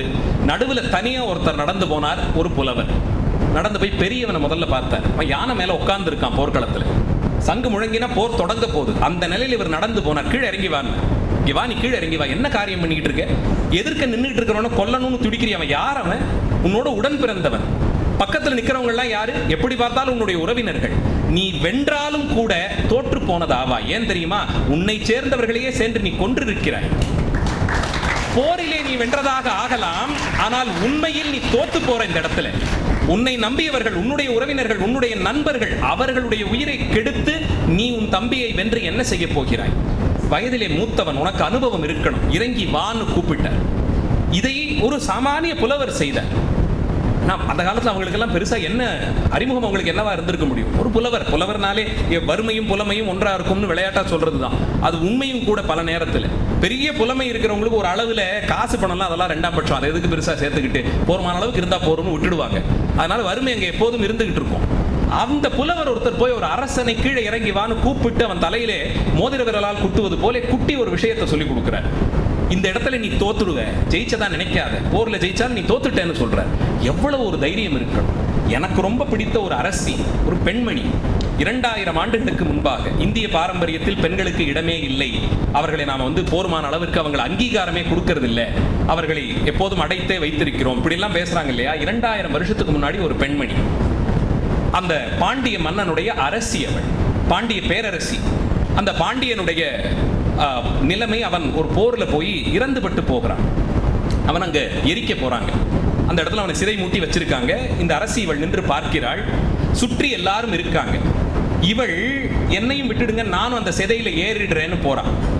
எனக்கு வேண்டாம், இதுக்கு மேல எனக்கு என்ன வாழ்க்கை, என்னுடைய கணவன் இறந்து விட்டார், நான் போறேங்களா? சுத்தி இருக்கவங்களா இல்லல்லம்மா, அது தப்பு, சான்றோர்கள் அவங்க எல்லாம், இல்ல வேண்டாம், நீயும் போயிட்டனா அரசுக்கு யார் இருக்கா?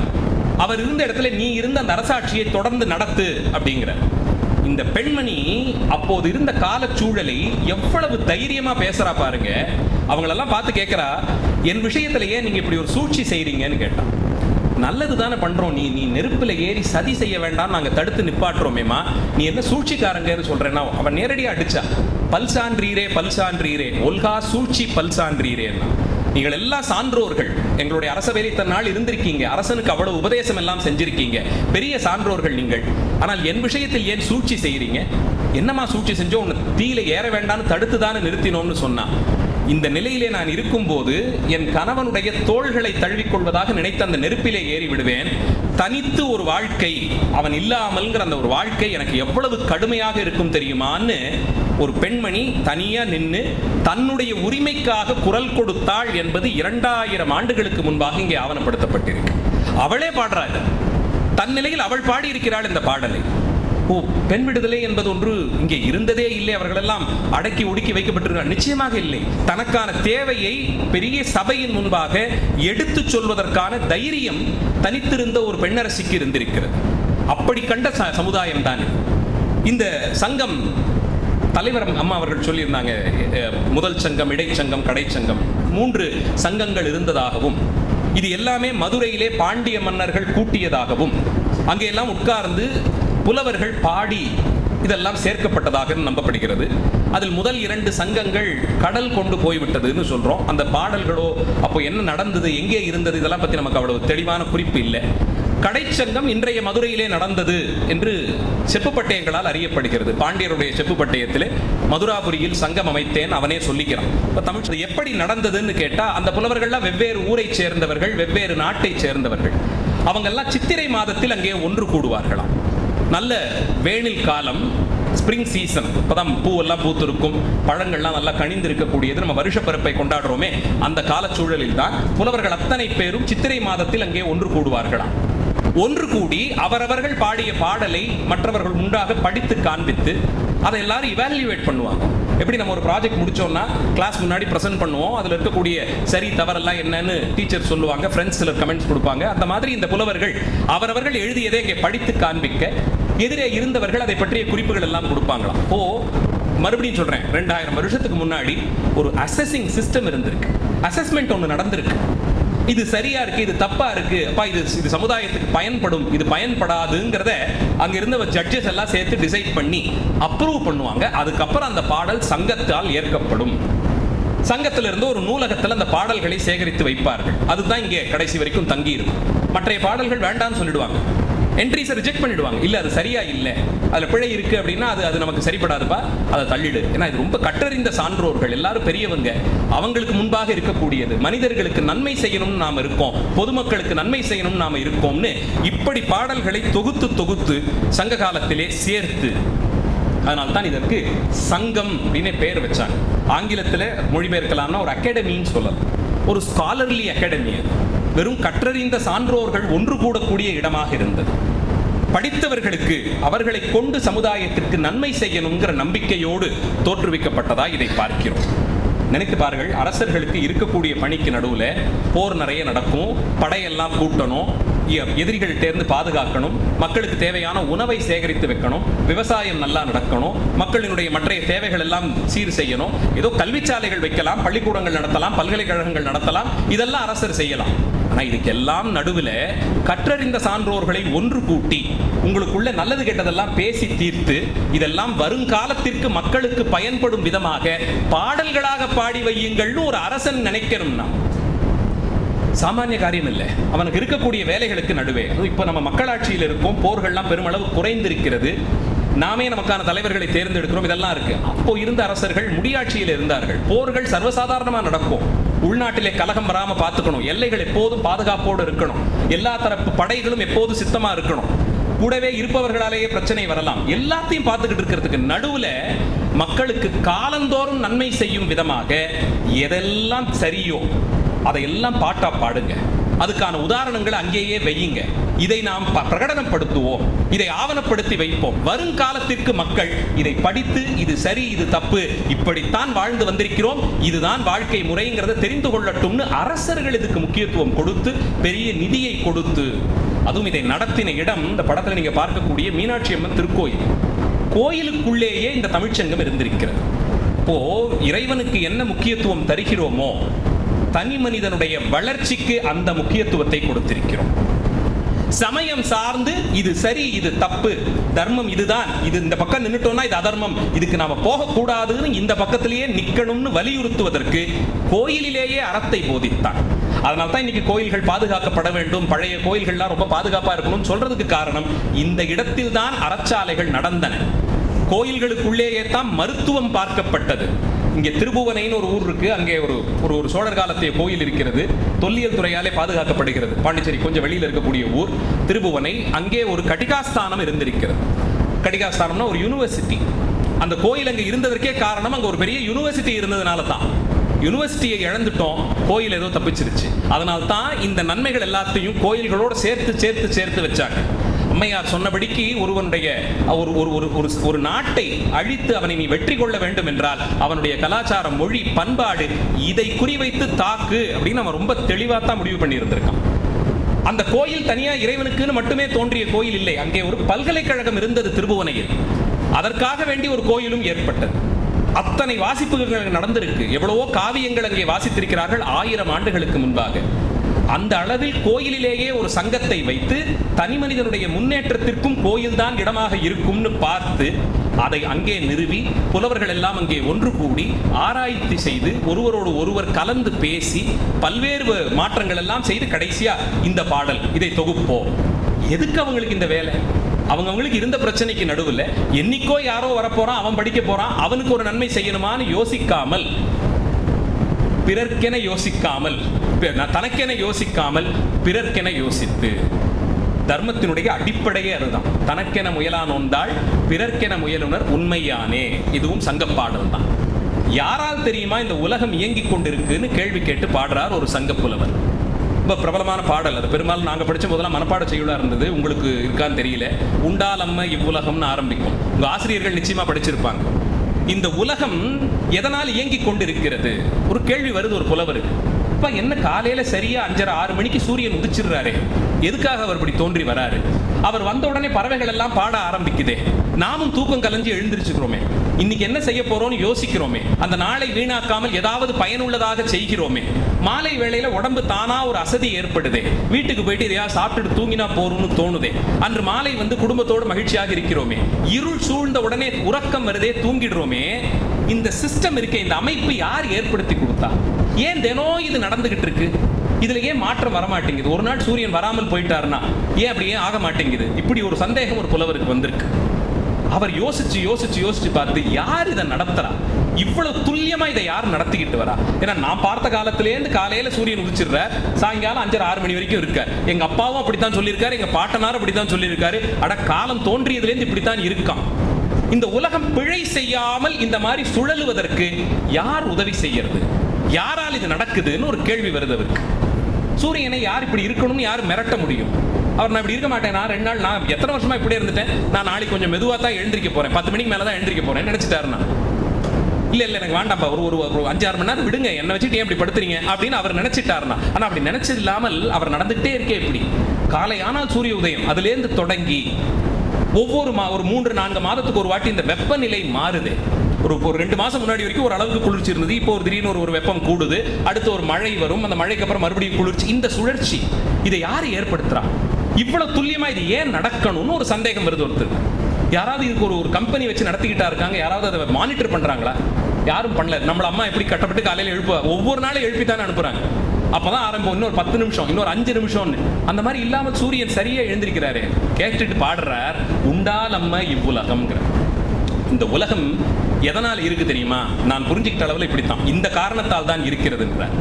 தனக்கென முயலான் ஒன்றாள் பிறர்க்கென முயலுனர் உண்மையானே. வாழ்க்கையை தனக்குன்னு பார்க்காமல் மற்றவர்களுக்கும் இதிலே ஒரு நன்மை இருக்கும்படியாக செய்ய வேண்டும்னு நினைப்பவர்களால் உலகம் இன்றும் எந்த குழப்பமும் இல்லாமல் இப்படி இருந்துட்டு இருக்கு. நான் 10 ரூபாய் சம்பாதித்தேன் என்றால் அதுல 1 ரூபாய் இல்லாத ஒருத்தருக்கு தர முடியுமான்னு யோசிப்பவர்கள் இருக்கிற வரையில் சூரியன் சரியா உதிப்பார். குறைந்தபட்சம் தர்ம வழியிலே அற வழியிலே நிற்கக்கூடிய அவருக்கு. உள்ளபடியே இன்றைய நிலையிலே ஒரு கல்லூரியிலே 12 ஆண்டுகள் இருந்தவன்ற நான் தைரியத்தில் சொல்றேன், ஒரு கல்வி நிறுவனத்தை நடத்துவதுங்கிறது அவ்வளவு சுலபமே கிடையாது, ரொம்ப கடினம். நிச்சயமாக அதிலிருந்து நமக்கு வர நன்மையை தாண்டி பார்த்தால் மட்டும்தான் யாராலையுமே ஒரு கல்வி நிறுவனத்தை நடத்தும். அதை ஒரு 3 தலைமுறைகள் தொடர்ந்து செஞ்சுட்டு வராங்க அப்படின்னா இவர்களை போன்றவர்கள் தான் தனக்கென முயலான் உண்டால் பிறர்க்கென முயலுபவர்கள். உண்மையிலேயே சொல்லுகிறேன், அவ்வளவு சாதாரண விஷயம் இல்லை. இப்படி நினைப்பவர்கள் இருக்கத்தான் நாள் விடுகிறதுன்னு நம்புகிறான் அந்த புலவன் 2000 ஆண்டுகளுக்கு முன்பாக. அப்போ நான் தெரிந்து கொண்ட ஒரு விஷயத்தால் எனக்கு ஏற்படும் நன்மையை விடவும் மற்றொருவருக்கு ஏற்படும் நன்மை. காந்தியடிகளை ஒரு உதாரண புருஷர் போல எடுத்துக்கொள்கிறோம். சென்ற நூற்றாண்டின் ஒரு ஆகச்சிறந்த மனிதராக உலக அளவிலே பாராட்டப்படுகிறார். விமர்சனங்கள் எல்லாம் தாண்டி அவர் மட்டுமே கொண்டிருந்த சில முடிவுகள்னு உண்டு. அவர் கிட்ட யாரோ சிலர் போய் கேட்ட போது, சில நேரங்களில் இந்த முடிவு எடுக்கிறது கொஞ்சம் கஷ்டமாயிடுது, இந்த இடத்துல போய் நின்றுடுறேன், நான் வலது பக்கம் திரும்புறதா இடது பக்கம் திரும்புறதான்னு தெரியல, நான் எந்த முடிவு எடுத்தால் எது சரியா இருக்கும்னு தெரியல போது ரொம்ப சாதாரணமா சொன்னார், இந்த மாதிரி ஒரு நிலைமை வரும்போது யோசிக்கிறதுக்கு எளிமையா ஒரு முடிவு நான் தரேன். நீ எடுக்க போற முடிவாலே இந்தியாவின் கடைசி நிலையில ஒருத்தனுக்கு ஏதாவது நன்மை இருக்கும்னா அந்த முடிவை நீ எடுன்ற. 2 பக்கத்திலையும் போலாம். இதால ஒரு பெரிய நன்மை வரும், இதுல சில தீமை வரலாம். இந்த பக்கம் திரும்பினோம்னா இதுல நிறைய நன்மைகள் இருக்கலாம், கொஞ்சம் தீமைகள் இருக்கலாம். இதுல எதை எடுக்கிறதுன்னு எனக்கு தெரியல அப்படின்னு அவன் போய் நின்ற போது, எந்த முடிவு எடுத்தால் இந்தியாவின் கடைகோடியில் இருக்கக்கூடிய ஒருத்தனுக்கு பொருளாதார ரீதியாக, கல்வி அறிவிலே, அடிப்படை தேவைகளிலே எந்த நிலையிலாவது கடைசியில் ஒருத்தர் இருப்பார்ல, இருப்பதிலேயே கடைசியா, நீ எந்த முடிவு எடுத்தால் அவருக்கு நன்மை ஏற்படுமோ அந்த முடிவை எடுத்துடுங்க. அதனால தான் தேசத்தந்தை என்று அவரை பார்க்கிறோம். அதற்கு மேலே அவரை இதுபோல ஒரு நூற்றாண்டு கண்ட மனிதன் இல்லைன்னு எல்லாம் கொண்டாடுகிறோம். எத்தனையோ பெரிய உலக தலைவர்கள்லாம் அவரை தங்களுக்கான முன்னுதாரணமாக கொண்டார்கள். விமர்சனத்துக்கு எல்லாம் அப்பாற்பட்டு இந்த சிறப்பை காந்தியிடத்தை நாம் பார்க்கிறோம். நீ எடுக்கக்கூடிய முடிவு அவனுக்கு பயன்பட்டதுன்னா அதை எடுங்கிறார். இதுதான் தனக்கென முயலான் உண்டால் பிறர்க்கென முயலுனர் உண்மையானே. இந்த வித்தியாசம் இன்றைய காலத்தில் 2025 இருக்கிறோம். குறைந்தபட்சமாக ஒரு 2000 வருஷம் ஒரு பெரிய வளர்ச்சி எல்லாம் பார்த்திருக்கிறோம். எத்தனையோ அறிவியல் வளர்ச்சிகள், உலகம் ரொம்ப பெருசாயிடுச்சுன்னு பேசிக்கிட்டு இருக்கோம். இது பெருசாக ஆக ஆக மனசும் நியாயத்துக்கு பெருசா இருக்கணும். ஆனால் அப்போது இருந்ததை விட ரொம்ப குறுகித்தான் போயிருக்கு. எல்லை பிரச்சனைகளுக்கு இன்னும் நம்மால ஒரு தீர்வு காண முடியவில்லை. எல்லா நாடுகளுக்கும், இந்த நாடு அந்த நாடுனே சொல்லல, ஏதோ ஒரு விதத்திலே எல்லை பிரச்சனை இருந்து கொண்டே இருக்கும். உலகத்தினுடைய எல்லா பகுதிகளிலும் இருக்கும். நல்ல வேளை அண்டார்டிகா மட்டும்தான் தன்னிச்சையா தானா இருக்கு. அங்க மட்டும்தான் இந்த எல்லைக்கோடு பிரச்சனை வரல. மற்ற எல்லா நாட்டுக்கும் வந்து சேர்ந்தாச்சு. அந்தந்த இடத்துல பார்த்துக்கிட்டு இருக்கோம். 2000 வருஷத்துக்கு முன்னாடி ஒருத்தன் யோசிச்சா எல்லாத்துக்கும் உண்டு. ஆகாசத்துல இந்த கோடை போட்டு பார்க்க முடியுமா உங்களாலன்னு கேட்கறான். பூமியை இவ்வளவு தூரத்திற்கு இவ்வளவு நீங்க கம்பி கட்டி கட்டி கம்பு நட்டு பிரிச்சிடுறீங்களே, ஆகாசத்தை இப்படியே இதே அளவிலே பிரிக்க முடியுமா? முடியாது. கடலுக்குள்ளே இந்த மாதிரி நீங்க கோடு போட்டு உங்களை நீங்க பிரித்து வைத்துக் கொள்ளுங்களேன்னு பார்க்கிறான். அப்படி இருக்கும்போது நிலத்துக்கு மட்டும் ஏன் இந்த பிரச்சனைன்னு கேட்கிறான். இந்த விஷயம் எதற்கு, இதனால் ஏன் இவ்வளவு பிரச்சனை வருது, இது வேண்டாமேன்னு வாதாடுகிறான். அப்ப அவன் சொன்னதுதான் யாதும் ஊரே. சாதாரணமா சொல்லிட்டான், 2 வார்த்தை, யாதும் ஊரே அப்படின்னு. முடிஞ்சது, அவ்வளவுதான். எல்லாம் எல்லாருக்குமானது. ரொம்ப கஷ்டம். இன்னும் 2000 வருஷம் ஆனாலும் இந்த நிலைமைக்கு நாம வருவோமான்னு நம்மளால சொல்ல முடியல. ஆனா 2000 ஆண்டுகளுக்கு முன்பாக ஒரு சாமானிய புலவன் ஒருவன், உள்ளபடிக்கு அவங்க தான் ரொம்ப பெரியவங்க, அவங்க மனசுதான் அவ்வளவு பெருசா இருந்திருக்கு, அவ்வளவு பறந்துபட்டு இருந்தது. அவன் சொன்னான், யாதும் ஊரே, எல்லாம் எல்லாருக்குமானதுதான் என்றான். அடுத்த வரி என்ன சொன்னா? யாவரும் கேளிரும். கேளிர்னா உறவினர்கள். உறவினர்கள் எல்லாரும் எல்லாருக்கும் உறவினர்கள். நியாயத்துக்கு யோசித்து பார்த்தால் என்னுடைய உறவினர்கள்னு நான் ஒரு பட்டியல் போட்டேன். எங்க அம்மா வழியில ஒரு தாத்தா பாட்டி, அவங்க கூட பிறந்தவங்க. இது இப்படியே நான் கொண்டு போனேன்னா அதிகபட்சம் ஒரு 2, 3, 4 தலைமுறைக்கு யோசிக்கலாம். ஒருவேளை அதே ஊர்ல இருந்து ஒரு அளவுக்கு உறவினர்களோடலாம் பழக்கம் இருந்தா. அதுக்கு மேல போய் பார்த்தா நமக்கு அதெல்லாம் புரிஞ்சுக்க முடியாது. பல நேரத்தில் வேலை நிமித்தமாக வேற ஏதாவது ஊருக்கு போகும்போது சாதாரணமா பேச ஆரம்பிச்சு, ஓ நீங்களும் அந்த ஊர் தானே, நாங்களும் அந்த ஊர் தான், எந்த தெருவுங்க, ஓ அதே தெரு தான், ஓ அவங்க பையனா நீங்க, இப்படி வந்து நின்று எனக்கு யாருன்னே 5 நிமிஷம் முன்னாடி தெரியாத ஒருத்தர் ஒரு உறவுல வந்து சேருவார்.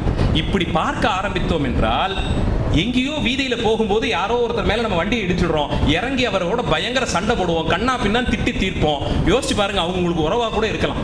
ஏதாவது விதத்தில் ஒரு 5 தலைமுறைக்கு முன்பாக உறவாக இருந்து நமக்கு தெரியாது.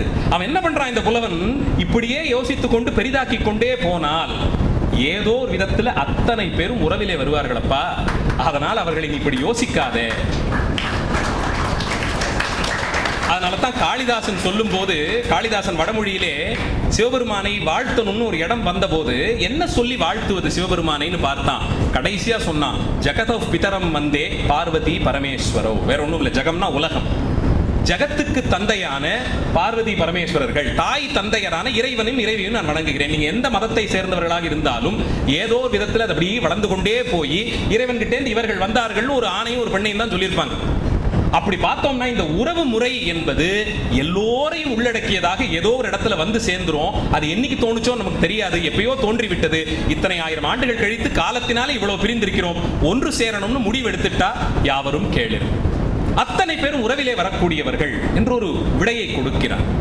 2000 ஆண்டுகளுக்கு முன்பாக பின்தங்கியதாக சொல்லப்படும் இந்தியாவிலிருந்து வந்த ஒரு புலவனுடைய பேச்சு இது என்றால், வாஸ்தவத்தில் உலகத்தை வழிநடத்தக்கூடிய உண்மையான அந்த வேல்யூஸ் இங்கதான் இருந்தது. இயல்பாகவே அவர்களிடத்தே இருந்தது. இந்தியாவின் அளவிற்கே பழைய பாரம்பரியங்கள் உலகிலே இன்னும் சில இடங்கள்ல இருந்தது. எகிப்தில் இருந்தது, யூப்ரேட்ஸ் அண்ட் டிக்ரிஸ், மெசபோட்டேமியன் சிவிலைசேஷன் படிச்சிருப்பீங்க.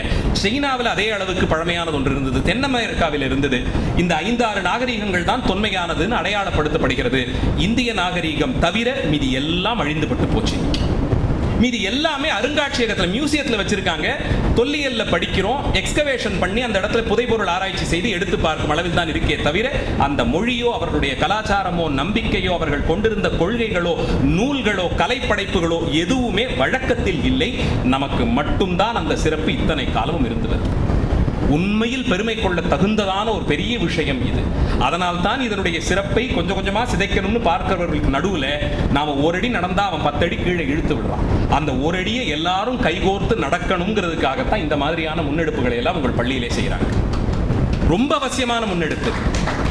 இதற்காகத்தான் கலாச்சாரத்தை படிக்கணும், இந்த பாரம்பரியத்தை கொள்ளணும்னு பார்க்கிறோம். சங்க இலக்கியத்திலேருந்து ஒரு சில உதாரண பாடல்களை மட்டும் பாடி நிறைவு செய்கிறேன். சங்க பாடல்களே இருக்கக்கூடிய புலவர்களை பற்றி சொன்னேன். கிட்டத்தட்ட ஒரு 100 பாடல்களுக்கு யார் புலவர்கள்னே தெரியல. அது தெரியாமலேயே நமக்கு ஒரு 500 புலவர்களுடைய பேர் வருது. அதுலேயும் நான் சொன்ன மாதிரி நிறைய பணிகள், வெவ்வேறு தொழிலிலே ஈடுபட்டு இருந்தவங்க இருக்காங்க.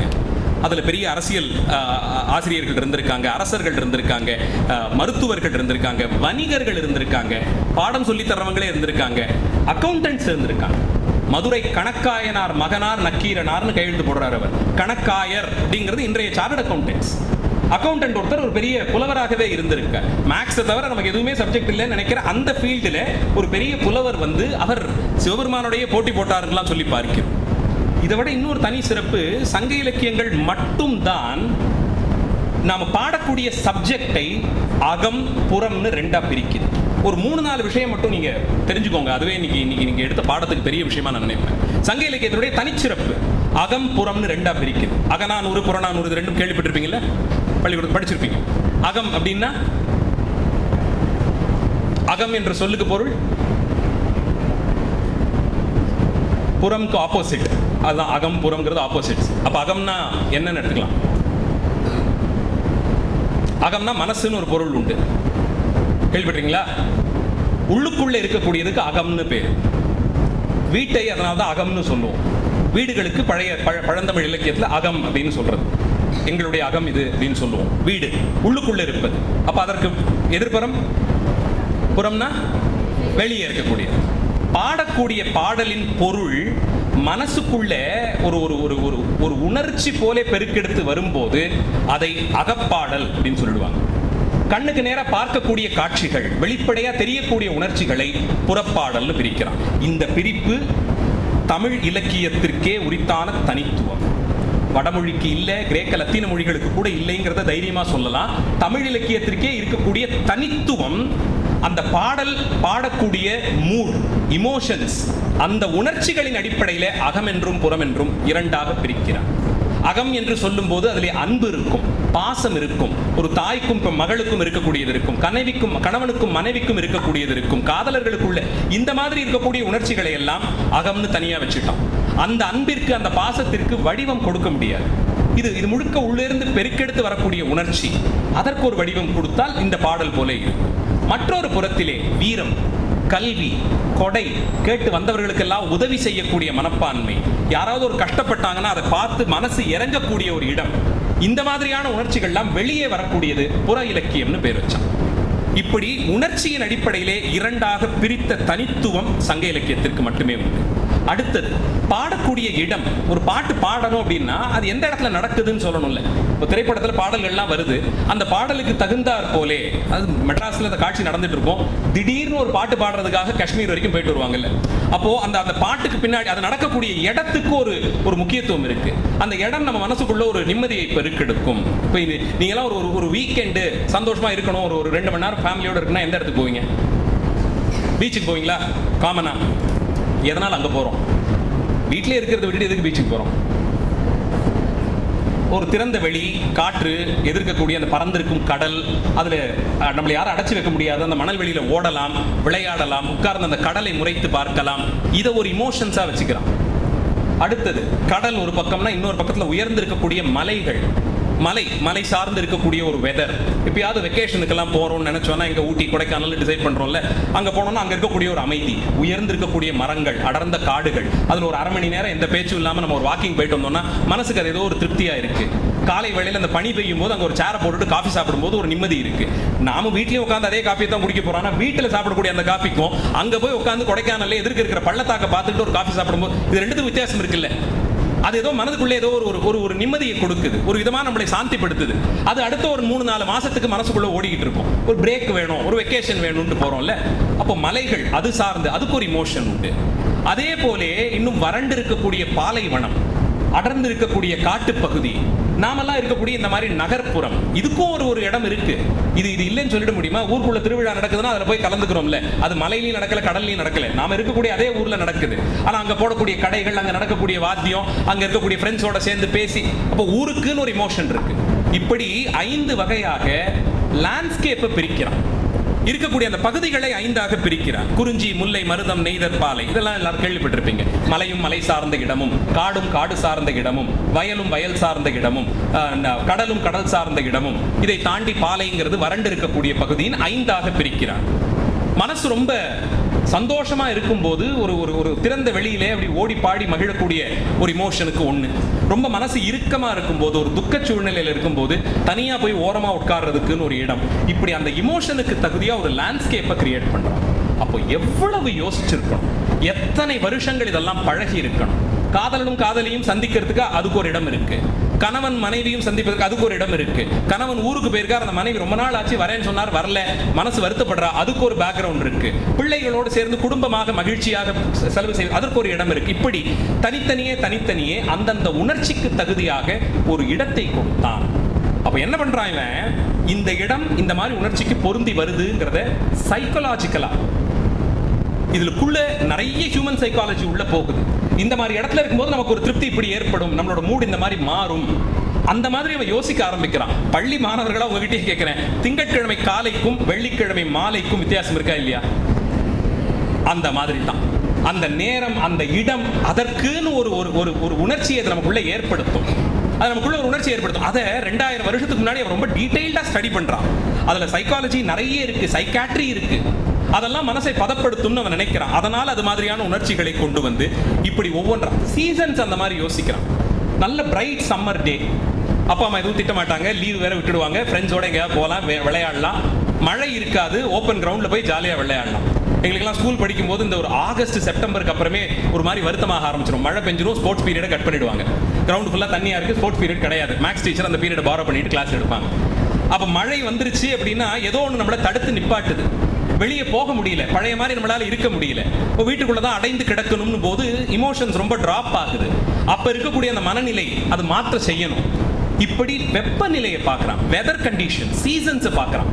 இதெல்லாம் ஸ்டடி பண்ணி அதுக்குள்ள ஒரு சைக்காலஜி, அதுக்குள்ள ஒரு சைக்காட்ரி, அதுக்குள்ள ஒரு இமோஷன் ஸ்டடி, இது எப்படி நம்மளை வெளிப்படுத்துது, எந்த மாதிரி உணர்ச்சிக்கு இது தகுதியாக இருக்கு, இதை ரொம்ப டீடைலா ஸ்டடி பண்றான்.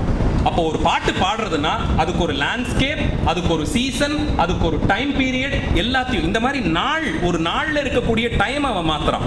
6 parts of the டேங்கிறான். காலை பொழுது விடியும் போது இருக்கக்கூடிய ஒரு இமோஷன் மாலை வேளையில் அதே மாதிரி இருக்காது. ஒரு எனர்ஜி இருக்கும். 7 மணி நேரம் 8 மணி நேரம் தூங்கி எழுந்தோடனே ஒரு உத்வேகம் இருக்கும். இன்னைக்கு போய் இதை முடிச்சிடணும்பா அப்படின்னு ஒரு முடிவு எடுப்போம். காலைல ஃப்ரெஷ்ஷாக ஒரு காஃபியை சாப்பிட்டுட்டு அந்த நாள் ஆரம்பிக்கும் போது ஒரு மகிழ்ச்சி இருக்கும். மத்தியானம் வர வர வர அந்த மகிழ்ச்சி கொஞ்சம் கொஞ்சமாக குறையலாம், இல்லை கூடவும் செய்யலாம்.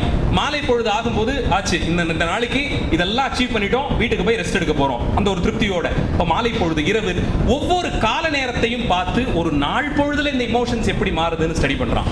எவ்வளவு யோசிச்சிருக்கான் பாருங்க. Day wise, month wise, season wise, landscape வைஸ்னு இவ்வளோ தூரத்திற்கு பிரித்து பிரித்து பிரித்து இதை எல்லாத்தையும் படித்து தெளிந்து கடைசியாக இதை பேஸ் பண்ணி சில பாடல்களை அவன் பாட ஆரம்பிக்கிறான். கல்வியை பற்றி ஒரு பாடல் எனக்கு ரொம்ப பிடிச்சது. பாடுறது ஒரு அரசன், பாடினவன் ஒரு அரசன். ஆரிய படை கடந்த நெடுஞ்செழிய பாண்டியன் அப்படின்னு ஒரு பாண்டிய மன்னன். அவன் பாடுறான். நான் கல்வியை பற்றி பாடணும்னா யார் டீச்சர்ஸ் கிட்ட தானே கேட்கணும்னு சொல்லுவோம். அவங்க தான் எஜுகேஷனிஸ்ட், அவங்களுக்கு தான் படிப்பினுடைய முக்கியத்துவம் தெரியும், அவங்ககிட்ட தான் கேட்கணும்னு சொல்லுவோம். ஆனால் இங்கே ஒரு அரசன் பாடுறான் கல்வியை பற்றி. உற்றுழி உதவியும் உருபொருள் கொடுத்தும் பிற்றை நிலை முனியாது கற்றல் நன்றே. பிச்சை புகினும் கற்றை நன்றேன். படிக்கிறதுக்கு ஏதோ கேட்குறாங்க, இங்கே ஒரு தட்சணை ஒன்று தர வேண்டியிருக்கு, என்ன பண்ணுறதுன்னு தெரியல, வீட்டில் எதுவும் இல்லை, பிச்சை எடுத்தாவது படின்னு ஒரு அரசன் அப்போ சொல்கிறான். இது அப்போ சொல்லியிருக்கான். அதை விட அந்த கடைசி வரிகளை பாருங்க. வேற்றுமை தெரிந்த நாற்பால் உள்ளும் கீழ்ப்பால் ஒருவன் கற்பின் மேற்பால் ஒருவனும் அவன் கண்படுமே. ஏதோ ஒரு விதத்தினாலே சமுதாயத்திலே மேலே கீழே இரண்டுக்கும் நடுவேன்னு பல்வேறு வகையாக பிரிக்கிறோம். பொருளாதார ரீதியாக, சமய அடிப்படையில், பிறந்த குலத்தினர், ஏதோ ஒரு பிரிவுகள் இருக்கு. அப்ப கீழே இருக்கவனால மேல வரவே முடியாதா அப்படின்னு ஒரு கேள்வி வருது. 2000 வருஷத்துக்கு முன்னாடி ஒருத்தர் யோசிச்சு சொல்லியிருக்கான், ஒரே வழி கற்பதுதான். கற்றால் மட்டுமே ஒருவன் அடுத்த நிலைக்கு போக முடியும். மேற்பால் கீழ்ப்பால் ஒருவன் கற்பின், சமுதாய அடிப்படையில, பொருளாதார அடிப்படையில, கலாச்சார அடிப்படையில கீழ்நிலையில ஒருத்தர் இருக்கிறவன் மேல வரணும்னா மேற்பால் ஒருவனும் அவன் கண் படுமே. அவன் இங்க நிப்பான், உங்ககிட்ட நிப்பான் தெரிஞ்சுக்கிறது. இது ஆணவத்தினாலே சொல்லுவது இல்லை. உன்னை சமுதாய அளவில் ஏதோ ஒரு விதத்திலே உயர்த்தி கொள்ள வேண்டும் என்றால் கற்பது ஒன்றுதான் வழின்னு கண்டுபிடிச்சு சொல்லியிருக்கான். நல்லா யோசிச்சு பாருங்க. பணம் சேர்க்கறது ஒரு முக்கியமா சொல்லலை. ஏன் தெரியுமா? என்னைக்கு பணம் சேர்த்தவர்களுக்கு என்னைக்குமே ஒரு அந்தஸ்து இருக்கும். அவர்களுக்குன்னு ஒரு பெரிய வீடு, அதுக்குன்னு அது தகுதியா ஒரு வண்டி, அந்த ஜபர்தஸ்தி எல்லாம் இருக்கும். ஒரு சின்ன ஒரு நாள் மெட்ராஸ்ல எவ்வளவோ பார்த்தோம். ஒரு வெள்ளம், ஒரு மார்கழி டிசம்பர் வந்தா ஒரு வெள்ளம், சம்பாதித்த அத்தனை காசும் தொலைத்து வழி இல்லாமல் ஒரு ஹோட்டல்ல போய் தங்க வேண்டிய நிலைக்கு எத்தனையோ 100 குடும்பங்கள் தள்ளப்பட்டது. ஜனவரி மாசம் எல்லாத்தையும் அழிச்சிட்டு புது கணக்கு தான் ஆரம்பிக்க வேண்டிய நிலைமைக்கு போனோம். எத்தனையோ சேமிப்புகள் கண்ணு முன்னாடி அழிந்துபட்டு போச்சு. அப்ப அவன் பணத்தை முக்கியமா சொல்லல, வேற ஏதாவது விதத்துல வந்த அந்தஸ்து அதெல்லாம் அவன் முக்கியமாவே கருதல. பறிக்க முடியாத ஒரே செல்வம் கல்வி செல்வம்னு பார்த்தான். கீழ்ப்பால் ஒருவன் கற்பின் மேற்பால் ஒருவன் அவன் கண் படுமே. உன்னிடத்தே அவன் உதவிக்கு நிற்கும் அளவிற்கு உன்னை சமுதாயத்தில் உயர்த்தக்கூடிய ஒன்றே ஒன்று கல்விதான் அப்படின்னு முடிவு பண்ணான். இதை ஒரு அரசன் சொல்றான். அவன் நியாயத்துக்கு என்ன சொல்லியிருக்கணும்? நிறைய போர் செய், பெரிய பெரிய நிலங்களை எல்லாம் மீட்டெடுத்து வா, எல்லா ராஜ்யத்தையும் சேர்ந்து ஆண்டுட்டேன்னா நீ தான் பெரிய ஆள்னு ராஜா சொல்லணும். பாண்டிய மன்னன் அவன் சொன்னா, கற்கை நன்றே, உற்றுழி உதவியும் உருபொருள் கொடுத்தும் கற்றை நன்றே. பெரிய பிரச்சனைகள்லாம் வந்தா கூட அதெல்லாம் புறம் தள்ளிட்டு ஏதாவது ஒரு விதத்திலே போய் ஆசிரியர்கிட்ட கையில காலில் விழுந்தாவது பாடம் படிச்சிடுறா, கற்பதுதான் நன்றுன்னு சொல்லி கொண்டாந்து நிறுத்தினான். இன்னைக்கெல்லாம் நல்ல வேளை நமக்கு அந்த அளவுக்கு ஆசிரியர்கள்லாம் சொல்றது இல்லை. நீங்க வந்தா போறோம்னு அவங்க தான் கெஞ்சி கேட்டுக்கிட்டு இருக்காங்க. வாங்க வந்துட்டா மட்டுமே போறோம், நாங்க பாத்துக்கிறோங்கிற அளவில் தான் இன்னைக்கு கல்வி மாறி இருக்கு. அந்த காலத்துல அவ்வளவு சுலபமா சொல்லித்தர மாட்டாங்க. அவங்களுக்கு ஆர்வம் இருக்கா, அதை அவங்க பயன்படுத்துவாங்களா, சரியா பயன்படுத்துவாங்களா, கத்துக்கிட்டு போய் அதை மிஸ்யூஸ் பண்ணிடக்கூடாது, இவ்வளவு பரீட்சை வைத்துத்தான் ஒருத்தரை பாடம் சொல்றதுக்கு சேர்த்துக்கிட்டாங்க. இன்னைக்கு அப்படி இல்லை. வாங்க வாங்க வீட்டுக்கு போய் வலுக்கட்டாயமா அழைத்து கொண்டு வரோம். சாப்பாடு வேணுமா சாப்பாடு போட்டு, புத்தகம் வேணுமா புத்தகம் கொடுத்து, அதுக்கு மேலே என்னென்ன தேவைகள் எல்லாத்தையும் பார்த்து ஏதோ ஒரு அளவிலே படித்தால் மட்டும் போதும் என்ற நிலைக்கு கொண்டு வந்து வச்சிருக்காங்க. இதை 2000 ஆண்டுகளுக்கு முன்பாக ஒருவன் யோசித்தான். பொதுவியலிலே வைத்து இவ்வளவு சிறப்பாக பேசினார். எந்த நிலையில் கீழ்பட்டிருந்தாலும் உன்னை உயர்த்தக்கூடிய ஒன்றே ஒன்று கல்விதான். அப்போ இருந்த நிலையிலே இவர்களுக்குள்ளேயே சிலர் நாடு ஆட்சி செய்வது, அதிலே நீ பாதுகாக்க வேண்டிய தர்மம், அறம், இதையெல்லாம் பாடி கொடுக்கிறாங்க. அதிலே தண்ணீர் மேலாண்மை, நீர் மேலாண்மை பற்றி வாட்சி. இப்போ இந்த வருஷம் ஏதோ கொஞ்சம் தப்பிச்சிட்டோம். ஒரு வருஷமும் பிப்ரவரி மார்ச் வரும்போது இந்த வருஷம் மே ஜூன் ஜூலை எப்படி இருக்க போகுது, தண்ணீர் எங்க இருக்க போகுதுங்கிறது எப்போதுமே இப்போ வரைக்கும் பிரச்சனையா இருக்கு. இதே மாதிரி 2000 வருஷத்துக்கு முன்னாடி ஒருத்தன் யோசிக்கிறான், தகுதி கேள், இனி மிகுதியான நீரின்றி அமையா யாக்கைக்கு எல்லாம் உண்டி கொடுத்தோர் உயிர் கொடுத்தோரே அப்படின்னா. தண்ணீர் இல்லாமல் எதுவுமே நடக்காது. நாம் அடிப்படையாக உடம்பு உயிர் வாழறதுக்கு எதை அடிப்படைன்னு சொல்லுவோம்? எது அடிப்படைன்னு சொல்லுவோம்? சாப்பாடு. உணவு முதல் அடிப்படை. உயிர் வாழணும்னா அடிப்படையா முதல்ல உணவு தேவை. இந்த புலவர் ஒருபடி மேல போய் பார்த்தார், உன்னுடைய உணவை விளைவித்து கொடுப்பதற்கும் தண்ணீர் தேவை, முதல்ல நீ அதை பாதுகாத்தா தான் முடியும்னு. ஒரு பெரிய இலை பரப்பி பிடித்த எல்லா பலகாரத்தையும் அடுக்கி இனிப்பு எல்லாம் வச்சுட்டாங்க. தண்ணீர் மட்டும் கொடுக்கலன்னா அந்த விருந்து பயன்படுமா? அவ்வளவு பெரிய விருந்தே பயனில்லாமல் போயிடும். நீ ரசித்து சாப்பிட்டு கொண்டே இருக்கும்போது உணவு விற்க தொடங்குச்சுன்னா எவ்வளவு அங்கே உன் முன்னாலே கொண்டு வந்து வைத்து எல்லாம் உங்களுக்கு தான் சொன்னாலும் சாப்பிடவே தோன்றாது. அந்த ஒரு குவளை தண்ணீருக்கு தான் தாகம் எடுத்து நிற்கும். தண்ணீரை அத்தனை தூரத்திற்கு முக்கியத்துவம் கொடுத்து நீரின்றி அமையா யாக்கைக்கு எல்லாம் உண்டி கொடுத்தோர் உயிர் கொடுத்தோரேன்னு பாடினான்.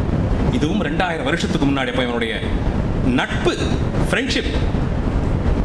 நன்மை நிறைய செய்யறதுக்கும் அதுக்கு தகுதி உண்டு, ஒரு அளவில் இருந்தவனை கீழே இறக்கிறதுக்கும் அதுக்கு தகுதி உண்டு. கொஞ்ச நேரத்துக்கு முன்னாடி தலைவர் அவர் சொல்லியிருந்தாரு அவர்களோடு இருந்த நட்பை பற்றி, எவ்வளவு பயன்படுத்தி நன்மை செய்த அந்த நட்பு வளர்ந்து வந்திருக்குன்னு. ஆனால் அதே அளவிலே கூடா நட்புங்கிறதையும் பாடிடுறாங்க. இது சரியில்லை, இது கூடாது, இவர்களோடு நட்பு கொள்ள கூடாதுன்னே ஒரு பட்டியலை கொடுக்குறாங்க. அதுவும் இந்த வயசு, இப்போலேருந்து நீங்கள் காலேஜ் முடிக்கிற வரைக்கும் இருக்கிற இந்த டைம் தான் ஒரு பேசிக் ஃபவுண்டேஷன் மாதிரி அமைய போதுன்னும் போது அதற்கு உடன் இருப்பவர்கள், பெற்றவர்களை விட உறவினர்களை விட ரொம்ப நேரம் நம்ம கூட இருக்கக்கூடியவர்கள், அந்த உறவினுடைய முக்கியத்துவத்தை சொல்றான். நட்பை பற்றி அன்னச்சேவல் அன்னச்சேவல் ஆடுகொள் வென்றி அடுபோர் அண்ணல் நாடு தலையளிக்கும் ஒள்முகம் போல கோடு கூடு மதியம் முகிழ்நிலா விளங்கும் மையல் மாலை யாம் கையறுவு இணைய. என்னுடைய நண்பன் பற்றி, அவனை நான் ரொம்ப நாளா பார்க்கல, அவன் கிட்ட நீ எனக்கு தூது போ அப்படின்னு சொல்லி அந்த அன்னத்திடத்தை ஒரு தூது அனுப்புகிறான். அவன் யுத்தங்கள் எல்லாம் போய் ஜெயிச்சிட்டு வந்திருப்பான். அவன் அங்கே தனித்து இருக்கக்கூடியவனா இருப்பான். நான் எனக்குள்ளே ஒரு யுத்தம் செய்து கொண்டிருக்கிறேன், அவனை நான் பார்க்க வேண்டும், வரும்படியாக சொல். இப்படி சொல்லி அவனை அழைப்பது. நண்பன் ஒருவனுக்கு செய்து கொடுத்த சத்தியத்தை பற்றி பேசுறார். காலை உனக்கிழந்த முழவருள் பெரும்பழம் சிலைக்கெழு குறவர்க்கு அல்கு மிசைவாகும். பெரிய மலை பிரதேசத்திலே வாழக்கூடியவன். அங்கே இருக்கக்கூடிய பெரிய பெரிய பலாப்பழங்களை அங்கிருந்து அந்த மந்திகள், குரங்குகள் பிடித்து தின்னுகின்றனவாம். அந்த மலைக்கு தலைவனாக இருக்கக்கூடியவன் இவன்.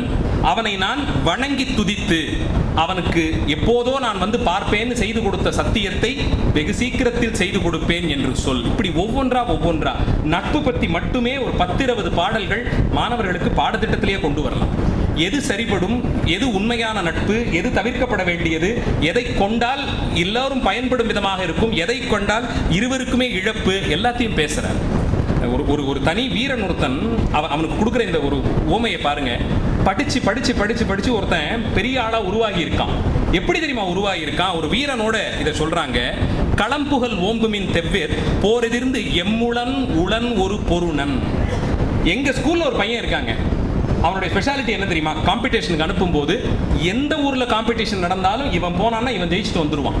ஒரு அளவில் வந்து அவனை நீங்க சேர்க்கக்கூடாது, அவனை அனுப்பக்கூடாதுன்னு மற்ற பள்ளிக்கூடத்துலேருந்து சொல்ற அளவுக்கு இவன் உருவாயிருக்கான். அந்த மாதிரி ஒரு வீரனை பற்றி பாடுறார். எப்படிப்பட்ட வீரன் தெரியுமா இவன்? என் தேர் செய்யும் தச்சன் திங்கள் வலித்த கால் அன்னோனே. அதாவது ஒரு நாள்ல 8 தேர் சக்கரம் செய்யற அளவுக்கு ஒரு தச்சர் ஒருத்தர் இருந்தாராம். 8 தேர் சக்கரம் ஒரே நாள்ல வெட்டுவார் அவரு.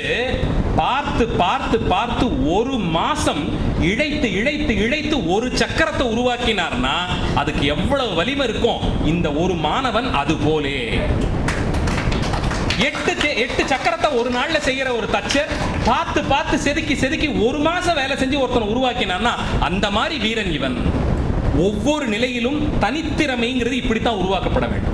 10-15 விஷயம் எல்லாம் செய்வேங்கிறதுல இல்ல. ஒரு தனித்திறமை ஒருத்தனுக்கு இருக்குன்னா இப்படிப்பட்ட ஒரு தச்சனாலே உருவாக்கப்பட்டது போலே ஒரு சில மாணவர்களை தேர்ந்தெடுத்து இவர்களுக்கு கொஞ்சம் ஸ்கோப் இருக்கு, இன்னும் கொஞ்சம் டைம் ஸ்பெண்ட் பண்ணா இவங்க நல்லா வருவாங்க, ஒரு பெரிய தலைமை பண்பு இவங்க கிட்ட இருக்குன்னா இந்த பாடலை தான் நான் உதாரணத்துக்கு எடுத்துப்பேன். இப்படி உட்கார்ந்து இவர்களை இழைத்து இழைத்து இழைத்து செய்தால் இவரை போல வலிமை யாருக்குமே இல்லைன்னு ஜெயித்து கொண்டு வருவார்கள். அந்த வீரன் ஒருவன் போருக்கு சென்ற போது, இதுவும் ரொம்ப பிரபலமான பாடல், தாயார் அதை எப்படி நடத்தினாள். அந்த காலத்தில் போருக்கு போறதுன்னா நல்ல வேளை நம்ம அந்த அமைப்புகள்ல இருந்தா ரொம்ப விலகி வந்துட்டோம். இன்னைக்கு இதெல்லாம் நமக்கு பொருள் படலை. ஆனால் இன்னைக்கும் இதே மாதிரி நம்மளுடைய சமுதாயத்திலே கூட ராணுவத்திற்கு மகனை அனுப்புவதை பெருமையா நினைத்துக் கொண்டிருப்பவர்கள் அநேகம் பேர்கள் உண்டு. அவன் இறந்து விட்டு போனான்னா அதுதான் எனக்கு வெற்றின்னு நினைப்பவர்கள் உண்டு. அது மாதிரி ஒரு தாயை பற்றி பாடுகிறாள். அவள்கிட்ட கேட்கறாங்களாமா, இங்கேயே தானே விளையாடிட்டு இருப்பான் பையன், வீட்டு வாசல் விளையாடிட்டு இருந்தானே, கொஞ்ச நாளா காணமே, என்ன ஆனான்னு கேட்டாங்களா. தெரியல, அவன் என்ன ஆனான்னு தெரியல, அவன் போர்க்களத்தில் நிச்சயமா இருப்பாங்கிறது மட்டும் எனக்கு தெரியும். அந்த சிங்கக்குட்டியை பெற்ற குகை நான் இங்க இருக்கேன், அந்த சிங்கக்குட்டி என்ன வேலை செய்யணுமோ அதை செஞ்சுக்கிட்டு இருக்கு, இப்ப அது வளர்ந்து சிங்கமாகி விட்டது, அது தன்னைத்தானே பார்த்து கொள்ளும்னு இருக்கேன். இந்த தைரியத்தோடு இருந்த ஒரு பெண்ணை பற்றியும் இப்படியெல்லாம் பாடப்பட்டது. இப்படி ஒவ்வொருத்தரையும் அதியமானுடைய கதை நீங்க எல்லாம் கேள்விப்பட்டிருப்பீங்க. ஔவையார் அதியமான் கதை கேள்விப்பட்டிருக்கீங்களா? என்ன கொடுத்தார் அதியமான்? நெல்லிக்கனி கொடுத்தார். எதுக்காக கொடுத்தார்? நெல்லிக்கனிக்கு நிறைய மருத்துவ குணங்கள் உண்டு. குறைந்தபட்சம் வாரத்திற்கு 2 நெல்லிக்கனி எடுத்துக்கொள்வது பல உபாதைகளை உடம்பிலிருந்து குறைத்து கொடுக்கக்கூடிய வல்லமை உண்டுன்னு சொல்லப்படுது. அப்படி ஒரு அதிசயமான நெல்லிக்கனி அதியமானுக்கு கிடைத்ததா. அவர் ஒரு மலைக்கு மேலே இருந்து ஆட்சி செஞ்சு வந்தார். அந்த காட்டுக்குள்ள வேட்டைக்கு போறார், யாருக்கும் கிடைக்காத ஒரு நெல்லிக்கனி கிடைச்சுதான். அந்த நெல்லிக்கனியை உண்டால் உடம்பு அவ்வளோ ஆரோக்கியமாக இருக்கும், பல ஆண்டுகள் சௌக்கியமா வாழலாம்னு தெரியுது. கூட வந்தவங்க சொல்றாங்க, ஐயா இந்த நெல்லிக்கனியை சாப்பிட்டீங்கன்னா ரொம்ப நாள் நீங்க நல்லா இருக்கலாம்னு. நம்மகிட்ட யாராவது இப்படி சொன்னா என்ன பண்ணுவோம்? சாப்பிட்டு முடிச்சிருவோம். புரிஞ்சுதா? இல்ல ரொம்ப கூடி போச்சுன்னா சரி அம்மா அப்பா இருக்காங்க, கூட பிறந்தவங்க, அவ்வளவுதான். நம்மளுடைய வட்டம் அவ்வளவு சின்னதுதான். இந்த அரசன் என்ன நினைச்சான்னா, நான் என்னைக்காவது இறந்துபட்டு போனாலும் நாட்டை காப்பாத்துறதுக்கு அடுத்து என் மகன் இருக்கான், என் தம்பி இருக்கான், அவங்க பார்த்துக்கிட்டோம். ஆனா ஔவையார மாதிரி ஒரு அனுபவம், அறிவு, சமுதாயத்திற்கு நன்மை செய்பவர்கள் நிறைய நம்ம பார்க்க முடியாது. நான் ஒருத்தர் இறந்தேன்னா என்ன மாதிரி 10 அரசர்கள் உருவாயிடலாம், அந்த ஔவை பாட்டி மாதிரி ஒருத்தர் உருவாக முடியாது. அவகிட்ட இதை கொடுத்துருவோம். அவள் சாப்பிட்டு அவள் இன்னும் 100 வயசு வாழ்ந்தாள்னா என் ஒருத்தனை திருத்தியது போல இன்னும் பல பேர் அவ திருத்திடுவா. அதனாலே அவள் சாப்பிடட்டும்னு நினைத்தான். அப்ப ஔவையார் கிட்ட அதை கொடுத்துட்டான். வாங்கி உண்ட ஔவையார் அவனை வாழ்த்தணும். இப்ப நினைச்சு பாருங்க, அவன் வாழக்கூடிய வாழ்க்கையை எனக்கு கொடுத்துட்டான். அப்போ இன்னும் 100 வயசு வாழலான்னு அவனுக்கு இருந்த நிலையை எனக்கு கொடுத்துட்டான். நல்ல கற்றறிந்த சான்றோர் ஔவையார் அவரை எப்படி ஹேண்டில் பண்ணான்னு பாருங்க. மன்னா ரொம்ப நன்றி, நீ வாழக்கூடிய அந்த காலத்தை எனக்கு பரிசு கொடுத்தது போல உனக்கான ஆயுசை எனக்கு கொடுத்துட்ட. அதை நான் அப்படியே வாங்கிக்கிட்டு பேசாம போயிட்டேன்னா என் மனசு உறுத்தும். நான் தமிழ் பாடுபவள், புலவருங்கிற ஒரு நிலையில இருக்கேன், ஊரூரா போய் நல்லதை சொல்லிக்கிட்டு வரேன், மனசார வாழ்த்துறேன். சிவபெருமான் இருக்கிற வரைக்கும் உன் பெருமையும் நீயும் நினைத்து கொள்ளப்படுவாய்னு வாழ்த்துறேன். நாம என்ன நினைக்கிறோம்னா, கற்றறிந்த சான்றோர்கள் வாழ்த்தினால் அது அப்படியே நடக்கும்னு நினைக்கிறோம். ஔவையார் சொல்றா, ஆதலின் அகத்தடக்கி சாதல் நீங்கு எமக்கு ஈத்தனையே. உன்னுடைய சாவை வெற்றி கொள்ளக்கூடிய நிலையை மாற்றி எனக்கு அதை நீ கொடுத்துட்ட. நீ எப்படி தெரியுமா வாழணும்? பால்புரை பிறை நுதல் பொலிந்த சென்னி நீல மணிமிடற்று ஒருவன் போல மன்னுக பெருமை நீயே. நெற்றி நிறைய ஒரு வளைந்த பிறை போலே திருநீர் பூசிக்கிட்டு இருப்பார், கண்டம் கருத்திருக்கும். அந்த சிவபெருமானுடைய பெருமை எப்படி காலம் கடந்து இருக்கோ அது போல உன் பெருமை இருக்கும் மன்னான்னு பாடினா இப்ப வரைக்கும் அதியமானை நாம் நினைத்துக் கொண்டிருக்கிறோம். ஔவையையும் அதியனையும் இப்போ வரைக்கும் நாம் நினைத்துக் கொண்டிருக்கிறோம்.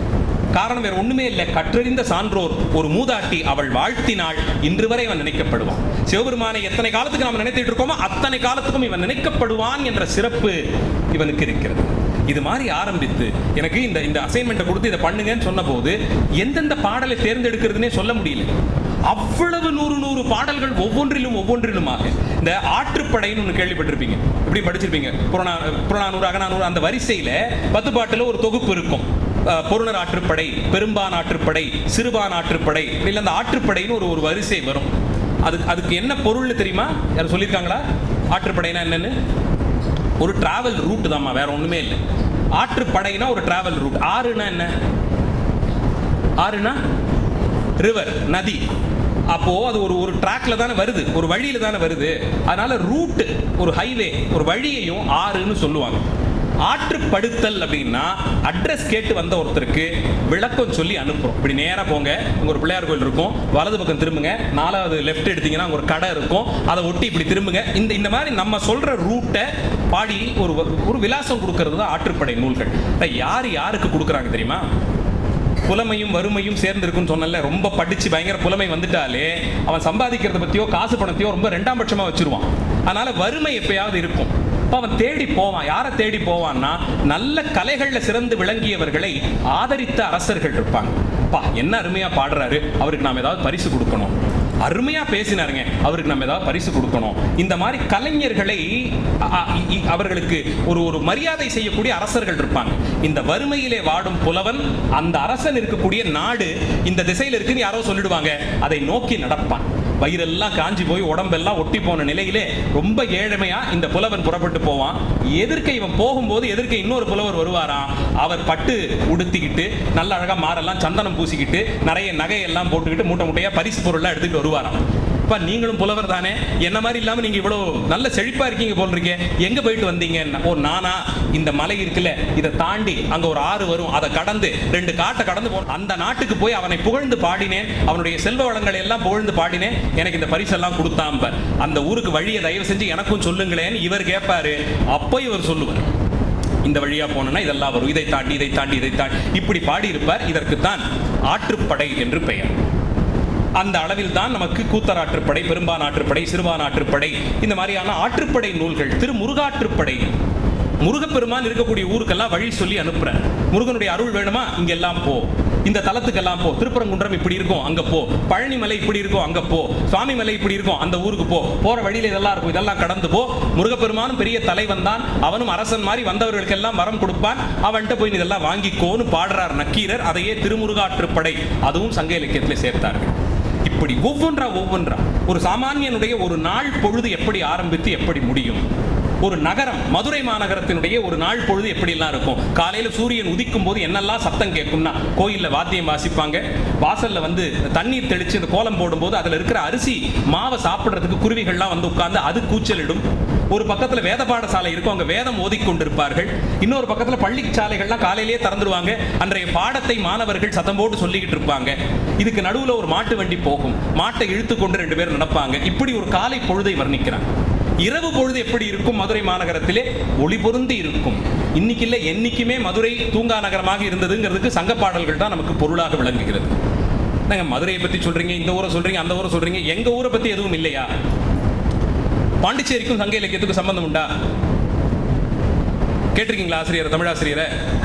இந்த பக்கத்தில் ஏதாவது உண்டான்னு நமக்கு யாராவது பாடியிருக்காங்களா? பாட்டலாம் நல்லாவே பாடியிருக்காங்க. அரிக்கமேடு கேள்விப்பட்டிருப்பீங்க, அரிக்கமேடு கேள்விப்பட்டிருப்பீங்க இல்லையா? அங்கே அதனுடைய விசேஷம் என்ன? அரிக்கமேடு எதனால ஸ்பெஷல்? துறைமுகம் ஒன்று இருந்தது, அதை தாண்டி அங்கே கண்டுபிடிக்கப்பட்டதெல்லாம் அரிக்கமேடுன்னு சொன்னாலே ஞாபகத்தை வச்சுக்கோங்க, ரோமாபுரி காசுகள். தமிழ் நாட்டில் நடந்திருக்கக்கூடிய அகழ்வாராய்ச்சினா எக்ஸ்கவேஷன், கீழடியிலெல்லாம் நடந்ததில்ல, பேப்பர்லாம் பார்த்துருப்பீங்க. அந்த மாதிரி எக்ஸ்கவேஷன்ஸ், பழைய இடங்களை தோண்டி என்னென்னலாம் அங்கே இருந்ததுன்னு கண்டுபிடிச்சு எடுத்து எப்படி வாழ்ந்தார்கள்னு சொல்லுவாங்க. அந்த விதத்தில் ரோமானிய காசுகள், ரோம்லேருந்து வந்த காசு, ரோம்லேருந்து வந்த ஜாடிகள், பீங்கான் ஜாடி, போர்சிலின்னு சொல்லுவோம் இல்லையா, அந்த பீங்கான் ஜாடி, அதில் வண்ணம் பூசியது, இதெல்லாம் ஒரு 2000-2100 வருஷத்துக்கு முன்னாடி இதே அரிக்கமேடுல சங்கப்பாடல்களில் பாடப்பட்டிருக்கக்கூடிய இந்த பொருட்கள் எல்லாம் இங்கே ரோமானியர்களோடு தொடர்பில் இருந்த தமிழர்கள் சேகரித்து வைத்தார்கள். இங்கிருந்து அச்சிடப்பட்ட காசுகள் அங்கே போனது. இப்படி எல்லாம் தொடர்ந்து உங்க ஊருக்கே பேச்சிருக்கு. சென்னையிலிருந்து ஈஸ்ட் கோஸ்ட் ரோட்ல வந்திருப்பீங்க, ஈசிஆர்ல வந்திருக்கீங்களா? கிழக்கு கடற்கரை சாலை, ஒரு பக்கம் கடல் இருக்கும், இந்த பக்கம் ஊரு, நடுவில் ரோடு வரும். அந்த வீதியிலே இதே மாதிரி பல நூற்றாண்டுக்கு முன்பாக ஒரு பாணன் புறப்பட்டு நடந்து வந்திருக்கிறார். மரக்காணம் வரைக்கும் நடந்து வந்திருக்கார். அப்பவே உப்பளத்தெல்லாம் பாடுறார். இன்னைக்கு ஈஸியாக நம்ம பார்க்குற உப்பளம்லாம் 2000 வருஷமா இருந்துகிட்டு இருந்திருக்கு. சால்ட் பேண்ட்ஸ் அது எப்படிலாம் இருந்தது, எவ்வளவு வெண்மையா இருந்தது. அவன் பகல் நேரத்தில் வரும்போது கண்ணு கூசுது, என்னால் அதை பார்க்க முடியல. ஒருவேளை இந்த பகுதிகளை இரவுல கடந்தா இன்னும் குளிர்ச்சியா இருக்கும் போல் இருக்குன்னு அவன் நினைச்சுக்கிறான். பால் சேர்த்து வச்சார் போல உப்பளங்கள் இப்படி பாலை கொட்டி குளம் வெட்டினார் போல இருக்கேன்னு பாடுறான். அதன் வழியா நடந்து வந்து மரக்காணம் வரைக்கும் வந்து அங்கிருந்து வலது பக்கம் திரும்பி விழுப்புரத்துக்குள்ள போய் போற வழியில ஒரு ராஜாவை போய் அவன் சந்திச்சிருக்கான். இதற்கே ஒரு சங்க இலக்கிய பாடல் பாடப்பட்டிருக்கு. ஒரு ஆற்றுப்படையே இருக்கு உன் ஊருக்கு வர வழிக்கே. இந்த அளவில் தமிழகம் மாதிரி ஒரு தொன்மையான கலாச்சாரத்தில் எந்த பகுதியை கை வைத்தாலும் அங்கே ஏதாவது ஒரு வரலாறு குறைந்தபட்சம் 2000 வருஷத்துக்கு இருந்துகிட்டே இருக்கும். இன்னைக்கு பாண்டிச்சேரி அப்படின்னா அது உலக வரைபடத்தில் அது ஒரு கேளிக்கைக்காக வரக்கூடிய இடம். ஒரு வார கடைசிக்கு வந்து கொஞ்சம் ரிலாக்ஸ்டா இருக்கிறது. அதை தாண்டிய பெரிய வரலாறு இந்த பகுதிக்கே இருக்கு, இந்த உங்கள் ஊருக்கே இருக்கு. இதற்கு சங்க இலக்கியத்திலேருந்து தொடர்ந்து நம்ம சான்றுகளை பார்த்து கொண்டு வருகிறோம். பல்லவர்கள் காலத்திய எச்சங்கள் உண்டு, சோழர்கள் காலத்திய எச்சங்கள் உண்டு, பிற்கால பாண்டியர்கள், விஜயநகர அரசர்கள், நாயக்கர்கள், ஆங்கிலேயர்கள், பிரெஞ்சுக்காரர்கள் வரையிலும் 2000 வருஷ வரலாறு குறைந்தபட்சம் தமிழகத்தில் எங்க கை வச்சாலும் வரக்கூடிய சிறப்பு இருக்கிற கலாச்சாரத்திற்கு. அதனால் தான் தொடக்க புள்ளி சங்க இலக்கியத்திலே அங்கேயே போய் நிற்கிறோம். அதனால் தான் இதை பற்றிய ஒரு அடிப்படை அறிமுகம் மாணவர்களுக்கு நிச்சயமாக இருக்கணும்னு நினைக்கிறோம். இது இல்லாமல் தமிழன் என்று சொல்லடான்லாம் நீங்க ஸ்டேட்டஸ் வச்சீங்கன்னா மட்டும்லாம் பத்தாது. எவனாவது வந்து அப்படியா எதனால் இப்படி சொல்றேன்னு கேட்டானா நம்மளால பதில் சொல்ல முடியாது. எல்லாரும் சொன்னாங்க, நானும் சொன்னேன். சினிமாவில் ஒரு ஹீரோ பாடினார், நானும் பாடினேங்கிற மாதிரிலாம் பதில் சொல்ல முடியாது. கேட்டானா பதில் சொல்றதுக்கு நம்மகிட்ட வேணும். 2000 வருஷத்துக்கு முன்னாடி பிச்சை எடுத்தாவது படிச்சிடுறா, படிப்பு தான் உன்னை காப்பாத்தும்னு ஒரு அரசன் சொல்லி இருக்கான். எல்லாரையும் உன்னுடைய சொந்தக்காரங்களா நினைச்சு பாரு, பிரச்சனைகள்லாம் தீந்துடும். இதை ஒரு புலவன் பாடி இருக்கான். இந்த மாதிரி யோசிக்க ஆரம்பித்தார்கள். உண்மையில உலகத்தை உன் வீடா நினைச்சுக்கோன்னு அரசர் சொல்லி இருக்கணும், கற்பது முக்கியம்னு புலவர் பாடி இருக்கணும். ஆனா அப்படியே இடம் மாறி இருக்கு. அப்ப எல்லா துறைகளிலும் எல்லாரும் எவ்வளவு தூரத்திற்கு சிறந்த ஒரு அறிவோடு இருந்தார்கள். இது எல்லாவற்றிற்கும் அடிப்படையாக அறம், தர்மம். செத்தால் இந்த தவறை நான் செய்ய மாட்டேன், இதால் எனக்கு ஒரு பெரிய இழப்பு வந்தாலும் இந்த தவறை நான் செய்ய மாட்டேன், உயிரை கொடுத்தேனும் உண்மையை பாதுகாப்பேன். இதை மட்டுமே அடிநாதமாக வைத்ததனால் தான் இந்த சமுதாயம் இத்தனை ஆண்டுகளாக தொடர்ந்து நடந்து வந்தது. குறைந்தபட்சம் அந்த அறம் என்ற ஒன்றை வலியுறுத்தியேதான் அத்தனை இலக்கியங்களும் தப்பி வந்திருக்கிறது. இறைவனையே தர்ம வடிவம்னு சொல்லிட்டாங்க. அறம் தான் இறைவன் அறத்தின் வடிவமாகவே இருக்கிறான்னு சொல்லியாச்சு. அப்ப அவனை ஒவ்வொரு முறையும் கோயிலுக்கு போய் பார்க்கும் போதெல்லாம் என்னுடைய நன்னடத்தை, பொய் பேசாமல் இருப்பது, இன்னொருத்தருடைய பொருளை பார்த்து ஆசைப்படாமல் இருப்பது, பொறாமை கொள்ளாமல் இருப்பது, ஒருத்தருக்கு முடிந்த அளவில் உதவி செய்வது, ஒருவனை கெடுத்து நான் வாழக்கூடாது, இழந்தாலும் போகட்டும், அவருடையதை நான் பெற மாட்டேன், இந்த எண்ணத்தோடு சின்ன அளவிலே தொடங்கி அரசு செய்வது வரையில் உயர்ந்திருந்தது இந்த சமுதாயம். அதற்கு தொடக்க புள்ளி சங்க இலக்கிய பாடல்கள். அதனால்தான் குறைந்தபட்சமாவது இதை பற்றி ஒரு அறிமுகம் இருக்கணும். இன்னும் நிறைய பாடல்கள் எடுத்து வச்சிருந்தேன்னா இந்த அளவிலே இதை பற்றி ரொம்ப ஒரு ஓவரால் ஒரு பெர்ஸ்பெக்டிவ், அதை தாண்டி சாம்பிள்ஸா ஒரு சின்ன சில விஷயங்கள் மட்டுங்கிற அளவில் தான் சொல்லியிருக்கேன். இது கங்கை ஆற்று மணல் போலே இருக்கக்கூடியது சங்க இலக்கிய கடல். அதுலேருந்து ஒரு பிடியை அள்ளினோம்னா அதில் எவ்வளவு கிடைக்கும்னு நமக்கு தெரியாது. அது மாதிரி ஒரு 4-5 பாடல்கள் தான் பார்க்கவே முடிந்தது.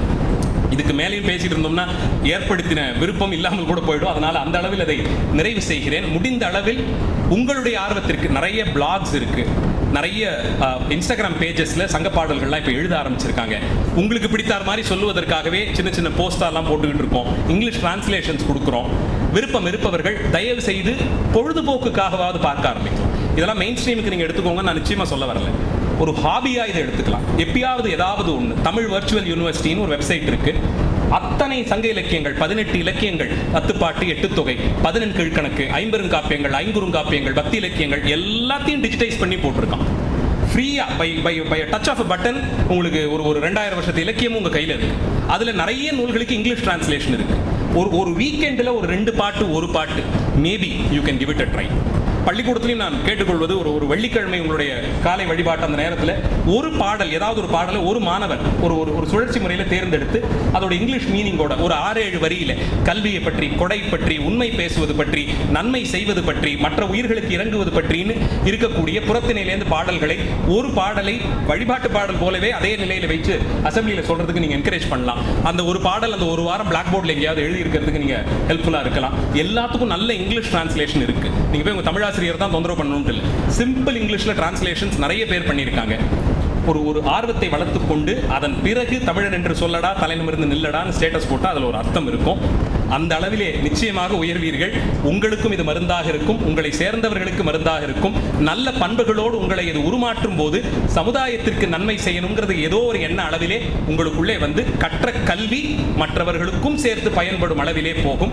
நான் என்ற அளவில், எனது என்ற அளவிலே முடிந்து விடாமல் நம்முடையதுங்கிற ஒரு பெரிய மனசு, எல்லோரையும் உள்ளடக்கி நடத்த வேண்டிய ஒரு பெரிய மனசு, மன்னிப்பு தருவதற்கான ஒரு மனசு, மன்னிப்பு கேட்பதற்கான ஒரு மனது, புதிதாக தெரிந்து கொள்வதிலே ஒரு ஆர்வம், தவறு செய்தால் ஆம் அதை ஒத்துக்கொள்வதிலே ஒரு தைரியம், இப்படி எல்லா பண்புகளோடையும் உங்களை இது இன்னும் சிறப்பாக மெருகேற்றி உங்களுக்கான ஒரு இடத்தை நிச்சயப்படுத்தி கொடுக்கக்கூடிய சிறப்பு இந்த இலக்கியங்களுக்கு உண்டு. தயவு செய்து மாணவ செல்வங்கள் இதிலே முடிந்த அளவில் ஒரு ஆர்வம் காட்ட உங்கள் அளவிலேயும் பள்ளியினுடைய உதவியோடும் இது நடக்கணும்னு வேண்டி கேட்டுக்கொள்கிறேன். மிகச்சிறந்த ஒரு வாய்ப்பாக இதை கருதி கொள்கிறேன். அந்த வாய்ப்புக்கு மீண்டும் இடம் கொடுத்தவர்கள், அதை உருவாக்கி கொடுத்தவர்கள், அதற்கு ஒரு வாய்ப்பு கொடுத்தவர்கள் எல்லோருக்கும் நன்றி கூறி அடுத்த முறை வரும்போது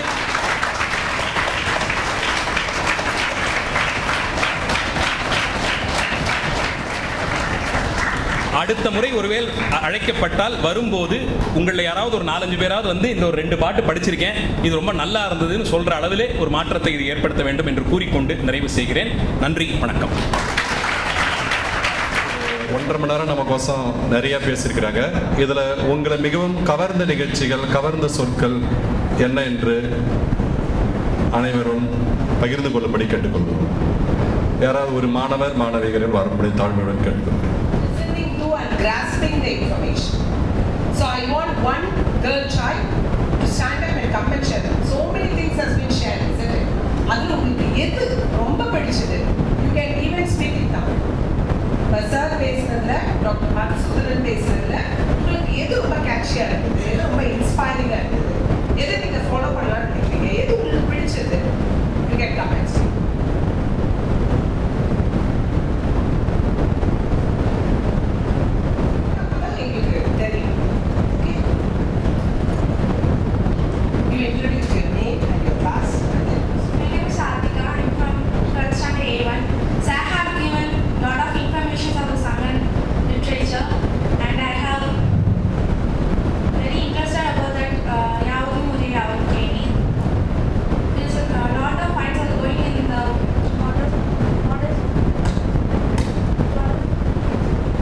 It's working. Keep your mind closed. Borders of India and Pakistan. So I wish the problems will end soon. Oh, so very good. Yeah, very good. That's a nice thing. And the concept எனக்கு ரொம்ப பிடிச்சது, ரொம்ப அழகா அம்பிகா சொல்லிடலாம். Who is going to be the next person? Because I'm happy that you are listening. Because நாங்க என்ன செஞ்சாலும் அதோட ரிசல்ட் வந்துதா? That is the biggest question. Result வந்தாதான் செஞ்ச ப்ரோக்ராம்க்கு ஒரு யூஸ். நீங்க வந்து பேசுறீங்கன்னு வச்சுக்கோங்களேன், அதை விட எனக்கு ஒரு பெரிய மகிழ்ச்சியே இல்லை. Okay, who is going to be the next person? ஒரு செய்தி சொல்லியிருக்காங்க. Can you share? வேற ஏதாவது ஞாபகம் வருதா? Quick. Very good. One for voice and next year. Come up on the stage. Stage good.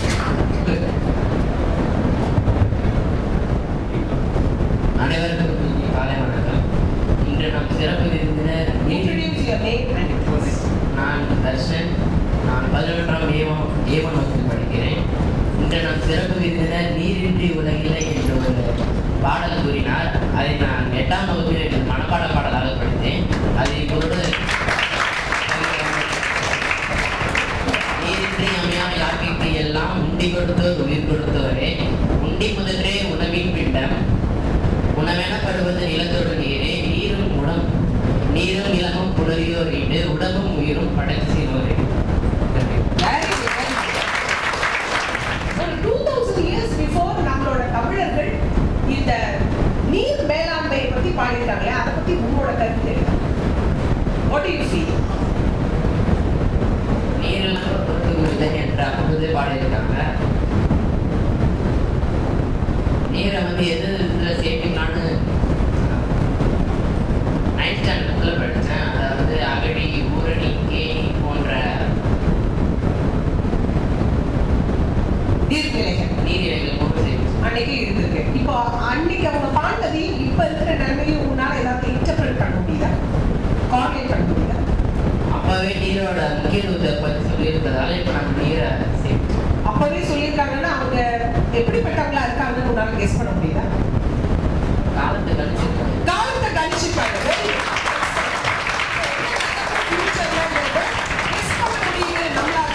தமிழர்கள் sharing your ideas. அதாவது ஐடியாஸை share பண்ணணும்னு சொன்னா இப்ப தலை குடிக்கிறது is a bad behavior. Okay, you should come forward whenever you have been called for sharing your ideas. Anybody? Anyone? Because எனக்கெல்லாம் இன்னொருத்தவங்களை கூப்பிட்டு இன்னொருக்குள்ள எனக்கு இன்னொரு சான்ஸ் கொடுத்துருந்தா நான் போயிருப்பேன் இன்னும் சில பேர் நினைப்பாங்க இல்லையா? அந்த மாதிரி if you have any chance, you want a chance, you can come. Anybody? நிறைய விஷயங்கள் ஷேர் பண்ணாங்க. எனக்கு இது சொன்னது ரொம்ப பிடிச்சது, எனக்கு இந்த செய்தி ரொம்ப பிடிச்சது, சங்க இலக்கியங்கள்ல சொன்ன இந்த விஷயம் எனக்கு பிடிச்சது. அந்த மாதிரி ஏதாவது உங்களுக்கு ஷேர் பண்ணணும்னு தோணுதா? Come on, very good. I believe you. என் பேர் ரமேஷ் சர்மா. நான் 11th A1 படிச்சுட்டு இருக்கேன். எனக்கு வந்து சங்க இலக்கியங்கள்ல ரொம்ப பிடிச்சது வந்து லாஸ்ட் சாங் சொன்னாங்க. அது வந்து எனக்கு ரொம்ப பிடிச்சிருக்கு. நான் திரும்பி அதை வந்து ஃபாலோ பண்ணணும்னு நினைக்கிறேன். தினைக்கும் காலையில் எழுந்தோடனே நான் படிச்சுட்டு எங்கள் அப்பா கிட்ட சொல்லணும். நிறைய பாடல்கள் காமிச்சாங்க. அதுல எந்த பாடல்கள் உனக்கு ரொம்ப இன்ஸ்பைரிங்கா இருக்கு? அதாவது ஒரு பாடல் அபவுட் எஜுகேஷன் பத்தி இருந்தது, நீர் மேலாண்மை பத்தி இருந்தது, நட்பை பத்தி இருந்தது. அதுல உனக்கு எது ரொம்ப பிடிச்சது? அதுல இருந்த எந்த செய்தி ரொம்ப பிடிச்சது? எந்த பாடல் ரொம்ப பிடிச்சது? நட்பை பற்றி சொல்லியிருந்தாங்க. நட்பை பத்தி என்ன சொன்னது பிடிச்சது?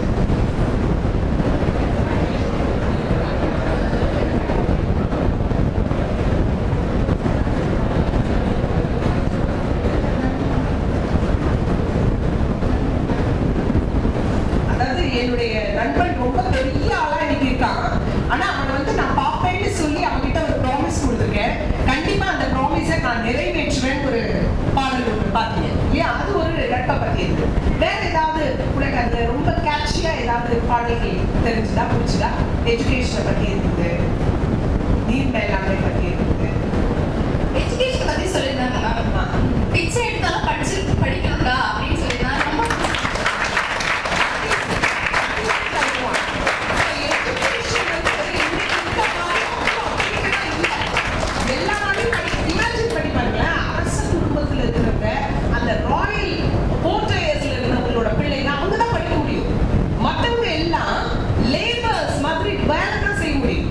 அப்படி இருந்த காலத்துல கூட அவங்க என்ன எழுதிருக்காங்கன்னா அதுல இன்னொரு விஷயம் ஒன்று சொன்னாங்க. யாருக்காவது அது ஞாபகம் இருக்கா? எனக்கு அது ரொம்ப கேட்சியா ஞாபகம்.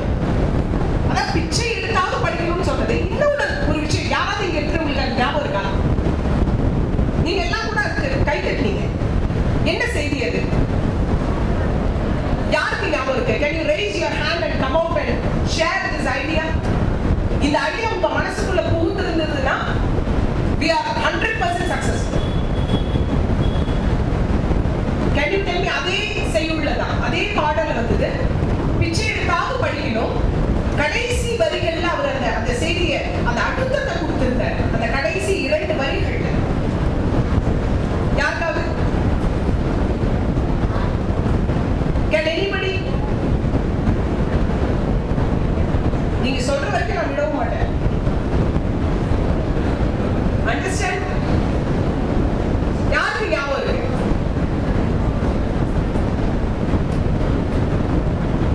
I think Dharmika, you got the idea. Can you? ஒரு செய்தி ஒன்று சொன்னாங்க. அதாவது இன்னைக்கு நிறைய வேற்றுமைகள் இருக்கு, நிறைய வேறுபாடுகள் இருக்கு. நான் க்ளூ கொடுத்துட்டேன். Anybody? Come.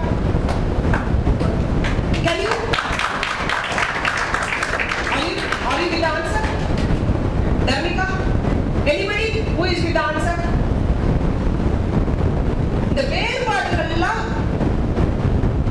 you have to complete. யார் வரீங்க? I want the answers on the stage. Quick up. பிச்சை எடுத்தாவது படிச்சிடணும், கண்டிப்பா படிச்சிடணும், கண்டிப்பா உங்களுடைய அறிவை விரிவாக்கிக்கணும். அது என்ன செய்யும்? ஈஸ்வமித்ரா, are you with the answer? Come out. Aishwarya, come. Dharmika said.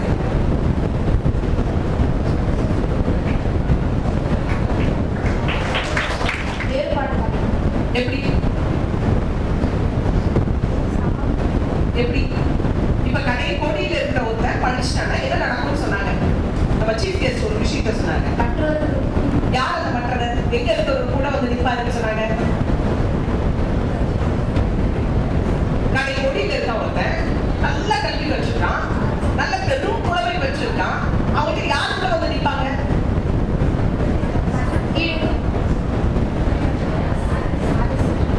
அரசன், அப்புறம் பொருளாதாரத்தில் மிகச்சிறந்து விளங்குபவர்கள் எல்லாரும் கூட இவரிடம் வந்து சேர்வார்கள்.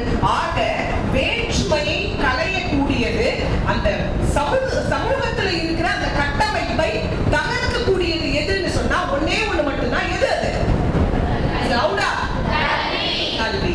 அப்ப படிக்கும் பொழுது மிகச் சிறப்பாக படிக்க வேண்டும். யார் சொல்லியிருக்கா? மேடமா? பிரசிடென்ட் மேடமா? கரஸ்பாண்டா? சீஃப் கெஸ்டா? யார் சொல்லியிருக்கா? 2000 வருடங்களுக்கு முன்பாக நம்முடைய சங்க புலவர்களே சொல்லி இருக்கிறார். அதுதான் இந்த நிகழ்ச்சி. Thank you very much. So it was wonderfully received by you. We are very happy. So this is what we expect. It was an inspiring speech and the children, they have all inspired by, and the thing is, my dear students, you never forget this. Remember this day. Whatever the message has been passed to you, take it, assimilate it. Okay? So try to read at least 1 or 2 poems from Sanga Ilakkiyam at least once in a month. Okay? ஒரு மாசத்துக்கு ஒரு பாடல் படிச்சீங்கன்னா கூட வருஷத்துல you would have studied 12 poems. Okay? So that is going to be the learning we are taking. The message இன்னைக்கு நம்ம எடுத்து போறது அதுதான். Okay? நம்ம சாதாரண ஆள் இல்ல. You agree with me? சாதாரண ஆளா நம்ம எல்லாம் இல்ல. நம்மளோட தாத்தா பாட்டை கூட்டன் அவெல்லாமே அவ்வளவு எழுதி வச்சிருக்காங்க. அப்பன்னா கூட்டன்னா உங்களுக்கு தெரியும், 3rd 4th ஜெனரேஷன்ல இருக்கிற பாட்டங்கள் தான் அப்படி சொல்லப்படுது இல்லையா? அவர்கள் சொல்லியிருக்காங்கன்னா அந்த ஜீன்ஸ் நம்ம கிட்ட இருக்கு. இருக்கா? அந்த குரோமோசோம்ஸ் இருக்கா? அந்த டிரான்ஸ்மிஷன்ஸ் இருக்கா? ஹெரிடிட்டி இருக்கா? அதை புரிந்து கொள்ளுங்கள். அதுதான் இன்றைக்கான செய்தி. இதை எடுத்துச் செல்லுங்கள். இத்துடன் நன்றி உரை வழங்க நம்முடைய ரமேஷ் அவர்களை அழைக்கின்றோம். அவங்க யாரும் விவேக பாரதியின் நிர்வாகி. அவங்க தான் அதை நிர்வாகம் பண்ணி இன்னைக்கு முதல் நிகழ்ச்சியாக தொடர்ந்து இருக்கிறார்கள். இந்த அறக்கட்டளை மிகவும் சிறப்பாக செயல்பட்டுக் கொண்டிருக்கிறது. அவர்கள் இன்றைக்கு நன்றி உரை வழங்க வருகிறார். Thank you ma'am. அனைத்து மாணவ செல்வங்களுக்கும் என்னுடைய வணக்கம். இந்த பள்ளி இந்த விழா நடக்க அனுமதி அளித்ததுக்கு மிகவும் நன்றி. எனக்கு சரியாக மேடையெல்லாம் பேச இந்த வழக்கம் இல்லை, எல்லாம் என்ன சொல்கிறது, பேக்ட்ராப்பில் ஒர்க் பண்ணி தான் பழக்கம். எனக்கு முக்கியமாக ஒரு நன்றி சொல்லணும். ஒரு 2 பேர் இருக்காங்க இங்கே சபையில், யாரும் இல்லை. அவங்க 2 பேருமே மெட்ராஸில் இருக்காங்க. எஸ்எல் நரசிம்மன் ஒருத்தர் இருக்கார். எனக்கு ரொம்ப பழக்கம், ரொம்ப ஒரு 12-15 வருஷமாக எனக்கு பழக்கம். அவர் மூலிமா தான் சார் மதுசூதன் சார் எனக்கு பழக்கம். நான் இதை பற்றி சொன்ன உடனே நீ இவரை ஏன் கான்டாக்ட் பண்ணக்கூடாது அப்படின்னு சொன்னார். சொன்ன உடனே இவரும் வந்து ஒரு ஃபோன் பண்ணேன், உடனே ஓகே சொல்லிட்டார். ஸோ அவருக்கு எஸ்எல் நரசிம்மனுக்கு ஒரு நன்றி. அதுக்கப்புறம் எனக்கு பெரிய மாரல் சப்போர்ட்னு ஸ்ரீவித்யா மேடம்ட்டு, அவங்க வந்து பல காலேஜஸில் வந்து ஒர்க் பண்ணியிருக்காங்க. மெட்ராஸில் வந்து பிரின்ஸிபலாக இருந்திருக்காங்க காலேஜஸில். அப்புறம் ஸ்ரீரங்கம் காலேஜில் வந்து அவங்க வந்து கன்சல்டண்ட்டாக இருந்திருக்காங்க. அவங்க ஸ்ரீவித்யா வாசுதேவன் பேர். ஸோ அவங்க பெரிய மாரல் சப்போர்ட்டாக இருந்திருக்காங்க. அண்டு என்னோடய தம்பி உங்களுக்கு தெரியும், அவன் வந்து நான் ரொம்ப டார்ச்சர் பண்ணுவேன். அவன் ரொம்ப ஒர்க் லோட் ஜாஸ்தி. இப்போ தான் ஹாஸ்பிட்டல் ஆரம்பித்ததுனால அவனுக்கு ரொம்ப ஜாஸ்தி ஒர்க்கு. இருந்தாலும் அதையும் மீறி நைட்டு 12 மணிக்கெலாம் ஃபோன் பண்ணி அவனை வந்து ஒர்க் பண்ணி இது வேணுண்டா அது வேண்டான்னு சொல்லுவேன். எல்லாத்தையும் அவன் நல்லா கரெக்டாக பண்ணி கொடுத்துருக்கான். இந்த இன்விடேஷன் கூட நேற்று சாயங்காலம் தான் ப்ரிப்பேர் பண்ணோம் நாங்கள். ஏன்னா எனக்கும் ஒர்க் இருந்தது, முந்தா நாள் வரைக்கும் எனக்கு ஒரு வேலை இருந்தது. நேற்று தான் எனக்கு கொஞ்சம் ஃப்ரீ ஆகிட்டு நேற்று தான் எல்லா வேலையும் பண்ணேன். ஸோ எல்லாருக்கும் ரொம்ப நன்றி. சார் வந்து நிறைய நம்ம சங்க இலக்கியத்தை பற்றி சொல்லியிருக்கார். அதுவும் இல்லாமல் நம்மளோட பாரம்பரியம், கலாச்சாரம், பண்பாடு நம்ம வந்து நிறைய விலகி வந்துட்டோன்றது உங்களுக்கு எல்லாருக்குமே நல்லா தெரிஞ்சிருக்கும். அதில் வந்து நமக்கு வந்து இயற்கையை நம்ம எஸ்பெஷலி நம்ம வந்து இயற்கையோடு ஒன்றி வாழ்ந்து தான் நம்ம பழக்கம். நம்மளோட சமுதாயம், நம்மளோட கட்டமைப்பே அப்படி தான் இருந்திருக்கு 2000 வருஷத்துக்கு முன்னாடி. இன்னமும் 2000 வருஷம் சொல்லிகிட்டு இருக்கோம். இன்னும் நம்ம அதுக்கு வந்து திரும்ப வரதுக்கு தான் இதனோட ஒரு முன்னெடுப்பு தான் அதுக்காக இந்த மாதிரி சின்ன ப்ரோக்ராம்லாம். எந்த அளவுக்கு சக்ஸஸ்ஃபுல்லாக அதெல்லாம் உங்கள் கையில் தான் இருக்குது. எனக்கு ரொம்ப பெரிய நம்பிக்கை என்னென்னா, நீங்கள் தான் வந்து வருங்காலத்தோட என்ன சொல்கிற நம்பிக்கை. ஸோ நீங்கள் ஒரு சின்ன சின்ன விஷயங்கள் எல்லாத்தையும் இவ்வளோ நிறைய சொல்லியிருக்காரு, அதில் வந்து எல்லாத்தையும் நம்ம எல்லோரும் ஃபாலோ பண்ண முடியுமான்றது ஒரு பெரிய கேள்விக்குறி தான். உங்களுக்கு பிடிச்ச இப்போ நீங்கள் சொன்ன மாதிரி நட்பு பற்றி, நீர் மேலாண்மை பற்றி, அந்த மாதிரிலாம் நீங்கள் வந்து ஒன்றுத்தையும் நீங்கள் உங்களுக்கு பிடிச்ச விஷயத்தில் அதில் நீங்கள் வந்து நல்லா முன்னெடுத்து வந்தீங்கன்னா நல்லா இருக்கும். இந்த சக்ஸஸ் என்னென்ன, அதில் வந்து இதை வந்து நீங்கள் புரிஞ்சுட்டு அதை நீங்கள் ஃபாலோ பண்ணுறது தான் அதில் இதனோட சக்ஸஸ்ஸு, வேறு ஒன்றும் இல்லை. அண்டு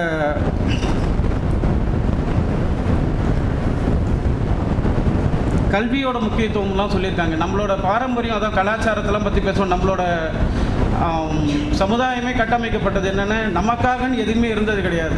நம்ம பிறந்ததுலேருந்து இறக்கிறது வரைக்குமே பார்த்திங்கன்னா எல்லாருமே வந்து மற்றவங்களுக்காக, நம்ம சமுதாயத்துக்கான முன்னேற்றமாக தான் பார்த்துருக்காங்க. நம்ம சமுதாயம் ஒரு கல்யாணம் நடக்கிறதுனா கூட பார்த்திங்கன்னா சமுதாய முன்னேற்றத்துக்குன்றதான் பார்த்துருக்காங்க. நம்ம வந்து கல்யாணம் பண்ணி குழந்தை பெற்றோம்னா 4 பேருக்கு இந்த சமுதாயத்துக்கு உதவணும் அப்படின்ற அந்த ஒரு கான்செப்டில் தான் பண்ணியிருக்காங்களே தவிர, நம்ம சாதாரணமாக வந்து ஏதோ நம்மளோட இஷ்டத்துக்கு நம்மளோட சுகத்துக்காக மட்டுமே இருக்கணுன்றது எந்த இடத்துலையுமே சொன்னது கிடையாது. ஸோ நம்மளோட கலாச்சாரமே என்னன்னு பார்த்திங்கன்னா 4 பேருக்கு உதவணும், நம்ம சமுதாயத்தில் முன்னேற்றத்துக்காக மட்டுமே தான் இருக்கணும் அப்படின்னு தான் இருக்குது. நம்ம எந்த இலக்கியங்களை பார்த்தாலும் சரி, எஸ்பெஷலி நம்ம தமிழ் சமுதாயத்தில் இலக்கியங்களை எது எடுத்து படித்தாலும் சரி, செய்யுள் எது பார்த்தாலுமே சரி, நம்ம நாடுன்றது கூட இருக்காது. எல்லாமே உலகத்துக்கு பொதுவாக தான் சொல்லுங்கள். தமிழ் திருக்குறள் கூட உலக பொதுமுறை தான் சொல்லியிருக்காங்க. நம்ம யாரும் வந்து தமிழ்நாட்டுக்குன்னு எந்த ஒரு இதுவுமே இல்லை, இந்தியாவுக்குன்னு எதுவுமே கிடையாது. ஸோ நம்ம வந்து இப்போ சார் சொன்ன மாதிரி யாதும் ஊரே யாவரும் கேள்வின்னு தான் சொல்லியிருக்காங்க. நம்ம வந்து நம்ம இந்தியாவை மட்டுமோ இல்லை தமிழ்நாடு மட்டுமோ பிரிச்சுலாம் யாரும் சொல்லலை. ஸோ நம்ம நினைக்கிறதே வந்து வைடாக தான் நினைக்கணும். நம்ம யாரும் நமக்காகன்றது மட்டும் இல்லாமல் பிரத்தையாருக்கும் செய்ய ஆரம்பிச்சதுனால எல்லாமே நல்லா நடக்கும்.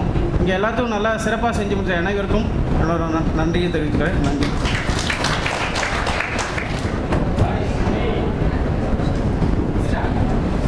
जनहन मनहति नायक जय हे भारत भार्ग विदादा पंजाब सिंध गुजरात मराठा द्राविड उत्कल बंगा विंध्य हिमाचल यमुना गंगा उत्कल दलति तरंगा तव शुभ नामे जाहे तव शुभ आशीष माहे कागे दबसय दादा जनहन मंगलदायक जय हे भारत भार्ग विदादा जय हे जय हे जय हे जय जय जय जय हे